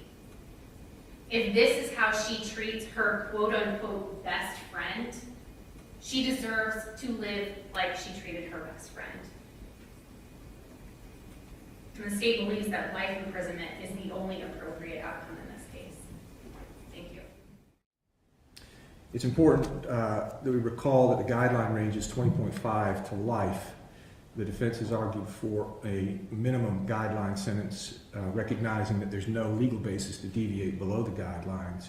They requested that the court impose a sentence of 20.5 years. The state is seeking life. Sentencing is difficult for any judge. It's particularly difficult in a case like this. I've examined the mitigation that has been offered by the defendant. It's important to recall that we are here today on a sentence for second-degree murder. The defendant was originally charged with a series of crimes involving child abuse or neglect, as well as essentially providing false information to law enforcement. Those were dropped in light of the plea to the pending charge. She's not charged with those any longer, although child abuse and neglect became relevant. Her lying to the police became relevant, but I'm not fashioning a sentence in light of that. They are taken into consideration, and I just want everyone to be aware that my focus is only on what the law allows me to be focused on, which is the second-degree murder itself. Therefore, what she did after the death and the desecration of the body, again, is relevant only for fashioning an appropriate sentence related to the homicide itself. In considering the mitigation, the defendant has no criminal history, which is unusual, but that is taken into consideration. I say it's unusual because it's not uncommon in this court for those who appear before me to have a criminal history when violent crimes are involved, but in this case, no criminal history. I reviewed the academic record. She has high achievement, and she did accomplish certain things at the high school level in spite of difficult family circumstances, and I recognize that and take it into consideration. I've reviewed her military history. She volunteered to serve and served honorably. The reviews that I received regarding her performance from those responsible for overseeing her work were all outstanding. They recommended early promotion in every one. She served well. In spite of that, I heard evidence at the sentencing hearing regarding collateral behavior outside of her specific military duties, involvement with other sailors that's potentially prosecutable as a crime in the military under Article 134 of the Uniform Code of Military Justice. And so while she's got exemplary service, she's also carrying on other relationships that are subject to potential criminal prosecution in the Navy, and all of those things were considered in determining whether it was a mitigating factor. Dr. Bernini's testimony was considered as well. Her family history included a mother and father who were unmarried at the time of her birth, a father who was not part of her life, active part of her life until late high school, a mom who was not actually raising her. She was raised by extended family, and the family environment was unstable, and there was a resulting allegations of abuse. That's also tragically common for those that appear before me. The evidence offered by Dr. Bernini was not offered as justification, but as a way of explanation, and the court accepts it as such. He acknowledged that his opinions are based on objective analysis as well as subjective opinions. That's why he's an expert. Multiple diagnoses were rendered, and the court has taken all of those, all that testimony into consideration. One of the things that the court asked was whether or not the diagnoses and findings were descriptive or predictive, and he said both, meaning that it provided a context for the crime, but also it would continue to persist, which means that given the right circumstance, it creates concerns for me regarding danger to the community. To the extent she might find herself in similar circumstances with ongoing psychiatric issues that are unresolved, it creates the possibility for a repeat offense. The court takes that into consideration. Beyond that, there was not additional mitigation offered for the court's consideration of any consequence. The state offered essentially an aggravation of the circumstances surrounding the crime itself in light of the relationship that the defendant had with the victim, her daughter. The court heard testimony over several days regarding the substance of the investigation. There was no opinion regarding cause of death. There could be no expert opinion because the defendant disposed of the body in such a way that it prevented any analysis that would result in an expert opinion. That does not mean that the court cannot draw its own conclusions, and so based on the following factors, I'll tell you the conclusion that I believe most appropriate. Again, in considering the allegations of second-degree murder, the evidence before the court is that the victim was not valued from the time of conception by either her father or mother, that her mother suffered, the defendant, from an eating disorder, that the father complained that the victim was not being properly fed. The defendant then removed the victim from daycare approximately 4 months to the victim, prior to the victim's death. Taylor remained home alone and unprovided for throughout that time period. There was no significant purchase of groceries during that time period. There were some fast food purchases, but no more. No significant food in the home or the apartment. The food present in the refrigerator was unfit to eat. There's a hole in a juice can from which, well, there's a hole from a fruit can from which juice could be consumed. That was an argument made by the state, and that is supported by the record. There were photos submitted for the court's consideration, and I did notice a change in the child's appearance, particularly immediately surrounding the time of death. She appeared small and as if she were losing weight. Again, we have no opinion regarding the cause of death because the defendant acted in a way that prevented that review. According to her testimony, she found Taylor Rose slumped over in a closet, unresponsive, and she knew that she was dead. Thereafter, the defendant failed to report the death of her daughter. She then lied to law enforcement repeatedly over the course of the investigation in order to conceal what she had done, which was to transport the body out of state and dispose of the body, which this court construes as a consciousness of guilt. When the bones of Taylor Rose were analyzed, they were consistent with malnutrition. There is evidence in the record then to draw a reasonable inference that although firearms were present and blood splatter was documented in the bathroom, the death was in all probability a consequence of starvation. There was a failure to act where you have a duty to act.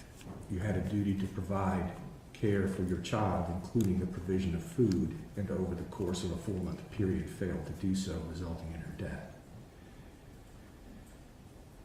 Coming now to the sentence, if you please stand with your attorney. Considering the aggravating and the mitigating factors, wanting to ensure that the community is protected and that a sentence is rendered in a way that does not dishonor the death of Taylor Rose, the court sentences you to life in prison. Madam Clerk, can you give me credit for time served, please? You have 1,043 days, Judge. 1,043 days, credit for time served.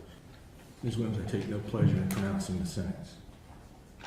You have 30 days from today's date to take an appeal of the sentence if you believe the portion to be illegal. If you can't afford an attorney for that purpose, I'll appoint a public defender to represent you. It's a tragedy all the way around. I wish the families well. Anything further from the state? No, Your Honor. Anything further from the defense? You're adjourned. Thank you all.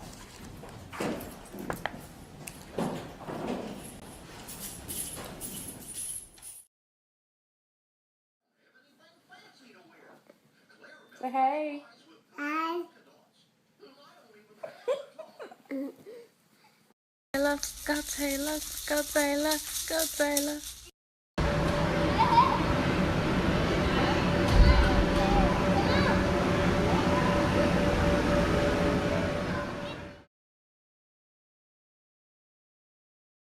In some cases, they just, I like to consider them, they come with real glue. They stick to you. You know, I have a child that is the very same age as Taylor, where we could have a moment of silence for Taylor Williams, and whoever wished to could join us in prayer.